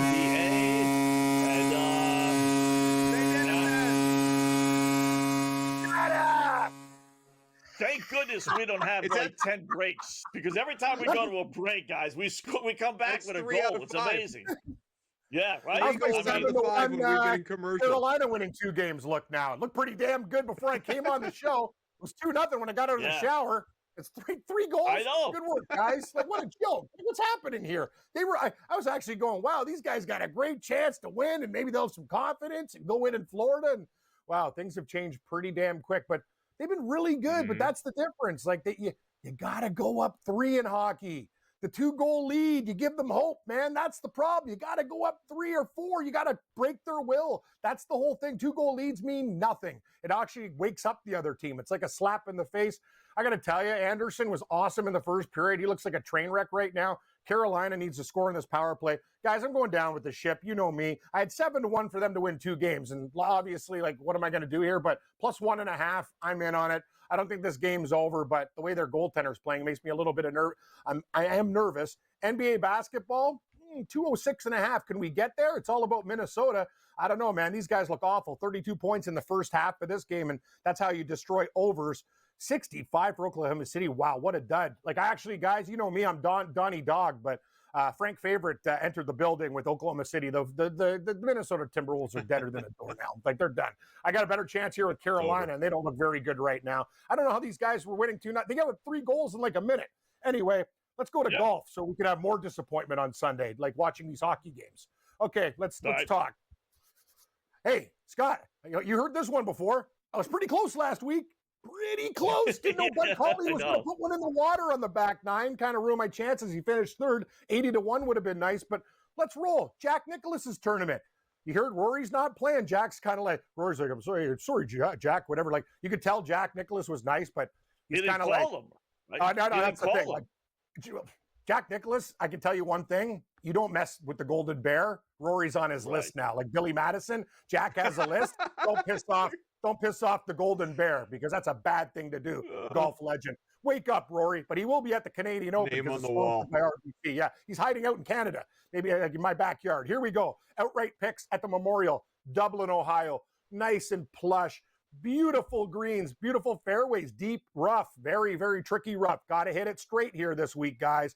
Guys who don't spray the ball all over the place. We'll start with Victor Hovland, 35-1, a guy who's won here before. I absolutely love him. You never know what you're going to get with Victor. He's won this year. He's also tinkered with some different equipment, but I'll tell you one thing.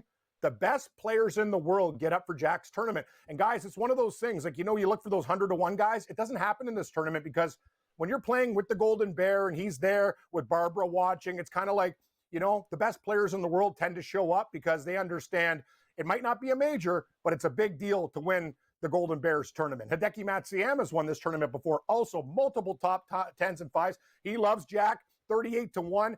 What does he do well? He hits the ball straight. It's all about his putter. Shane Lowry, the exact same type of player. Shane Lowry, beautiful driver of the golf ball, one of the best iron players. Can we get the flat stick rolling? We'll talk at 40-1. Dangerous. Denny McCarthy has been knocking on the door. He lost in a playoff in this tournament before, 55-1. And it's not a corn on the cob eating contest, because if it was, this guy's a lock every week. His teeth are long and sharp, but Matthew Fitzpatrick, a great track record at Muirfield with multiple top 5s and 10s. I'm going to take the little Brit at 60-1. Guys, I'm playing a few less guys this week for the top 10s and 20s. I'm just going to have a little bit more fun because I'm betting on French Open, and you know my addiction to Australian horse racing. Do we have the placements, guys? Top 10. Colin Morikawa, love him. Carver has him outright this week. I'm just going to take the top 10 because he struggled a little bit. Plus 160. Justin Thomas, another great player. He plays well here every single year, plus 180. Top 20s include the big Austrian, Sepp Straka, courtesy of Georgia, plus 115. JJ Spawn at plus 130. And Bud Cauley, my friend from last week. Do we have first-round leaders? You damn right we do, because this is our favorite market in golf. We got Colin Morikawa, first-round leader at 22-1. Guys, Scheffler is the favorite. Know what he is to win the tournament? Take a guess. Plus 270. But you know what he is for a first-round leader? 12-1. That I'm just saying that's the way Carver's attacking it. He's like, I'm not betting him outright. I could take him in a matchup, or I'll take him in the first round at 6 times the odds. I'm going to lay off. By the way, Kaufman, Scheffler made a big run there in that tournament at 30-1, and then he kind of faded a little bit there. He got real close. Yeah. Like, it was a very smart bet, but he just ran out of gas. But 30-1, when you get that guy, you got to play. We almost got there, man. Oh man, he was on page 1. Like, he was a couple going shots into the back. final round. Yeah, going into the final round, he was like 10-1. Like we had gotten value in the number for sure. It just didn't come home. Oh, and he missed so many. I was kind of wishing I'd just taken him for top 5 instead. Yeah, that's what I tend to do, the top 5s and 10s more, guys, because only one guy wins. But I love first-round leaders. Tommy Fleetwood always comes out of the gate really hot, 40-1. Aaron Rye, this guy screwed me in a golf survivor pool. There was only 4 people left. It was like for thousands of dollars. I missed the cut by 1. I'm a forgiving person. I'll take Ryan Ginger at 50-1. Harris English has had a fantastic year. The Georgia Bulldog always plays well every week, consistently strong at 60. Hey, and you guys know me, multiple drinks. Ryan Ginger, Jaeger bombs. They go together. 65-1. Steven Jaeger, first round leader. Here we go again for the top 10s. I give you guys Morikawa and Thomas for top 10s. Straka, Spawn, and my new pal, Bud Colley. Should have won last week, pal. Don't put it in the water this week. Let's rock. Your boy Daniel Medvedev ruined one of my French Open. Oh, dude, I was on Cameron Norrie, Scott. Can you believe I actually bet Cameron Norrie? You know me, though. I'm an underdog guy. Buddy, Scott, I'm telling you, I'm not lying. French Open, 6-1 with my bets. And know how I'm doing it? I'm fading these older players, the older players on clay that have lost a lot of their rhythm. Like there was another gal, Ons Jabeur. Remember her? She was the second-ranked women's player in the world for a very long time. I took some chick from Poland. She's an underdog. She murdered her. 6-2, 6-love. Like it's a young person's game on clay. You got to have cardio. You fade the old people who have injuries.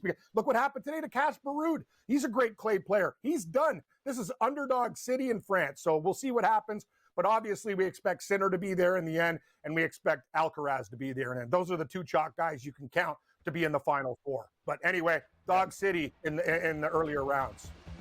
I think the Joker's going to get upset. I'm going to bet against him. Kim Stewart, Gabe Morency, top of the hour.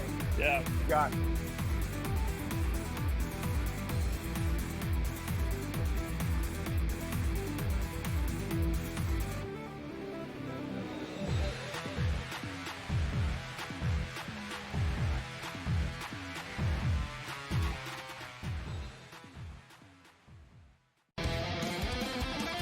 Face is the new face.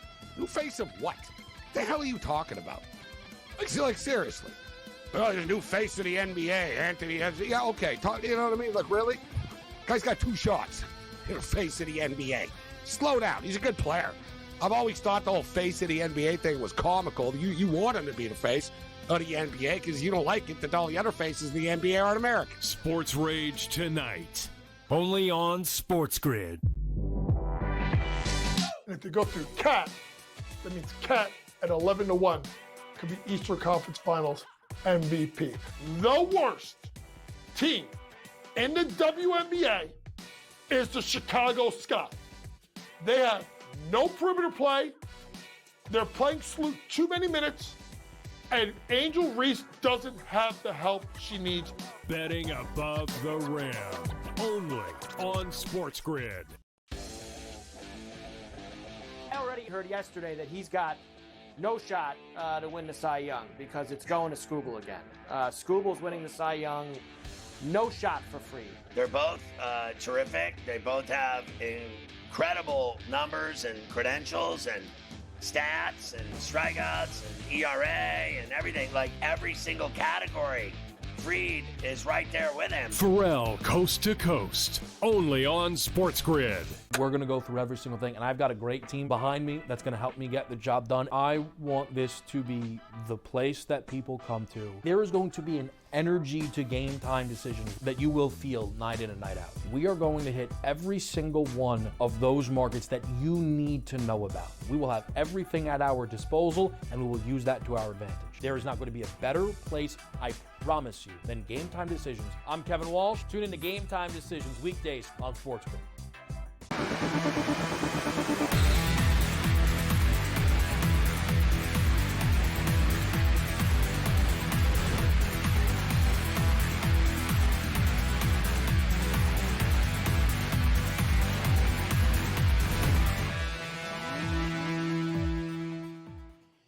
All right, welcome back in game live. Game day on the grid. Scott and Adam closing up shop again. Cam Stewart and Gabe Morency at the top of the hour. They'll have the hockey, and I don't know how much attention they're going to be paying to the baskets at this point, but they got a couple of late baseball games that'll keep you guys happy and hopefully make some money on.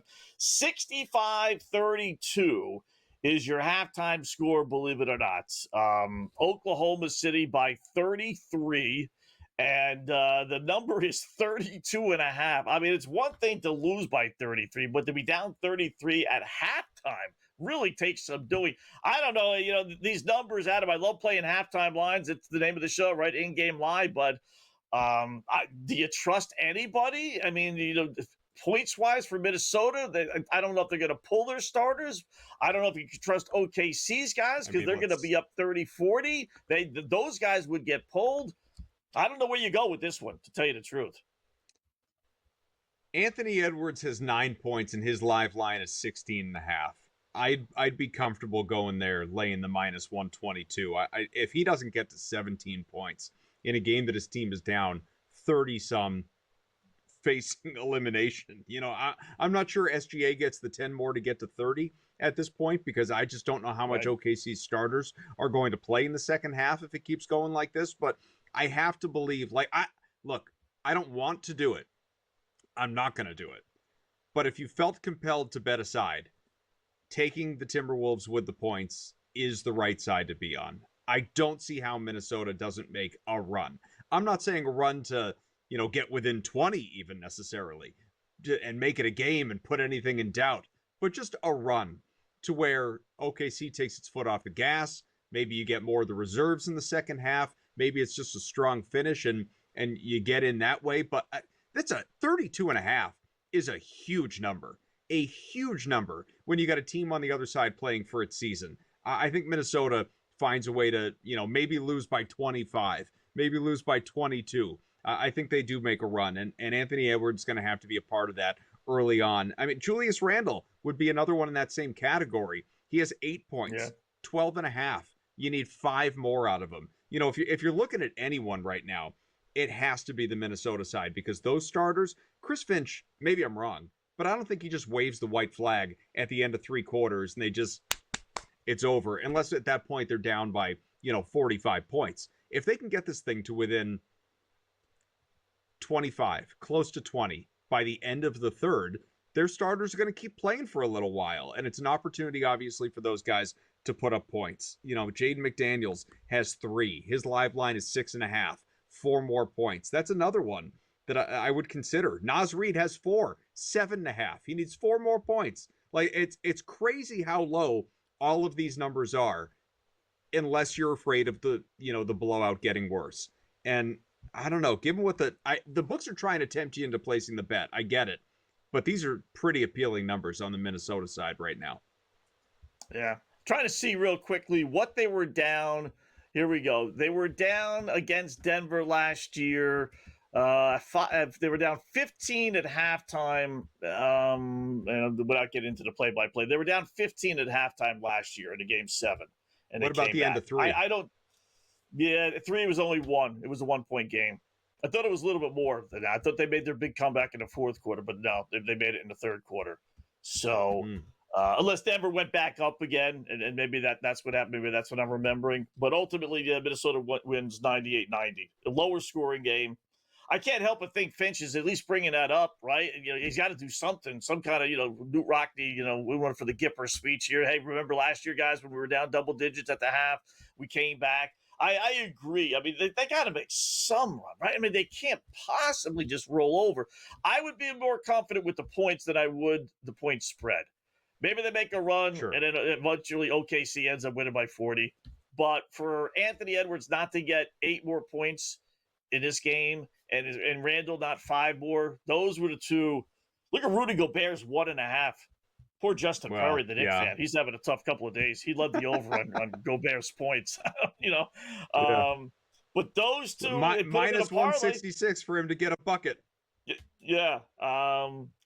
You would think he'd get 2 points, right? One stinking bucket. You never know. But I'm going with Edwards. I don't trust him, believe it or not. No, but it's true. Like if you did it, how about this? If you did Edwards over 16.5, Randall over 12.5, and Reed over 7.5, numbers you would have laughed at pregame, you can get that on FanDuel in a parlay at plus 558. I like that. I like that a lot, actually. So let's go Cubbies, and let's go more goals, Florida Panthers. Adam, great job as always, man. Appreciate you filling in. In-game live. All right, man. On SportsGrid.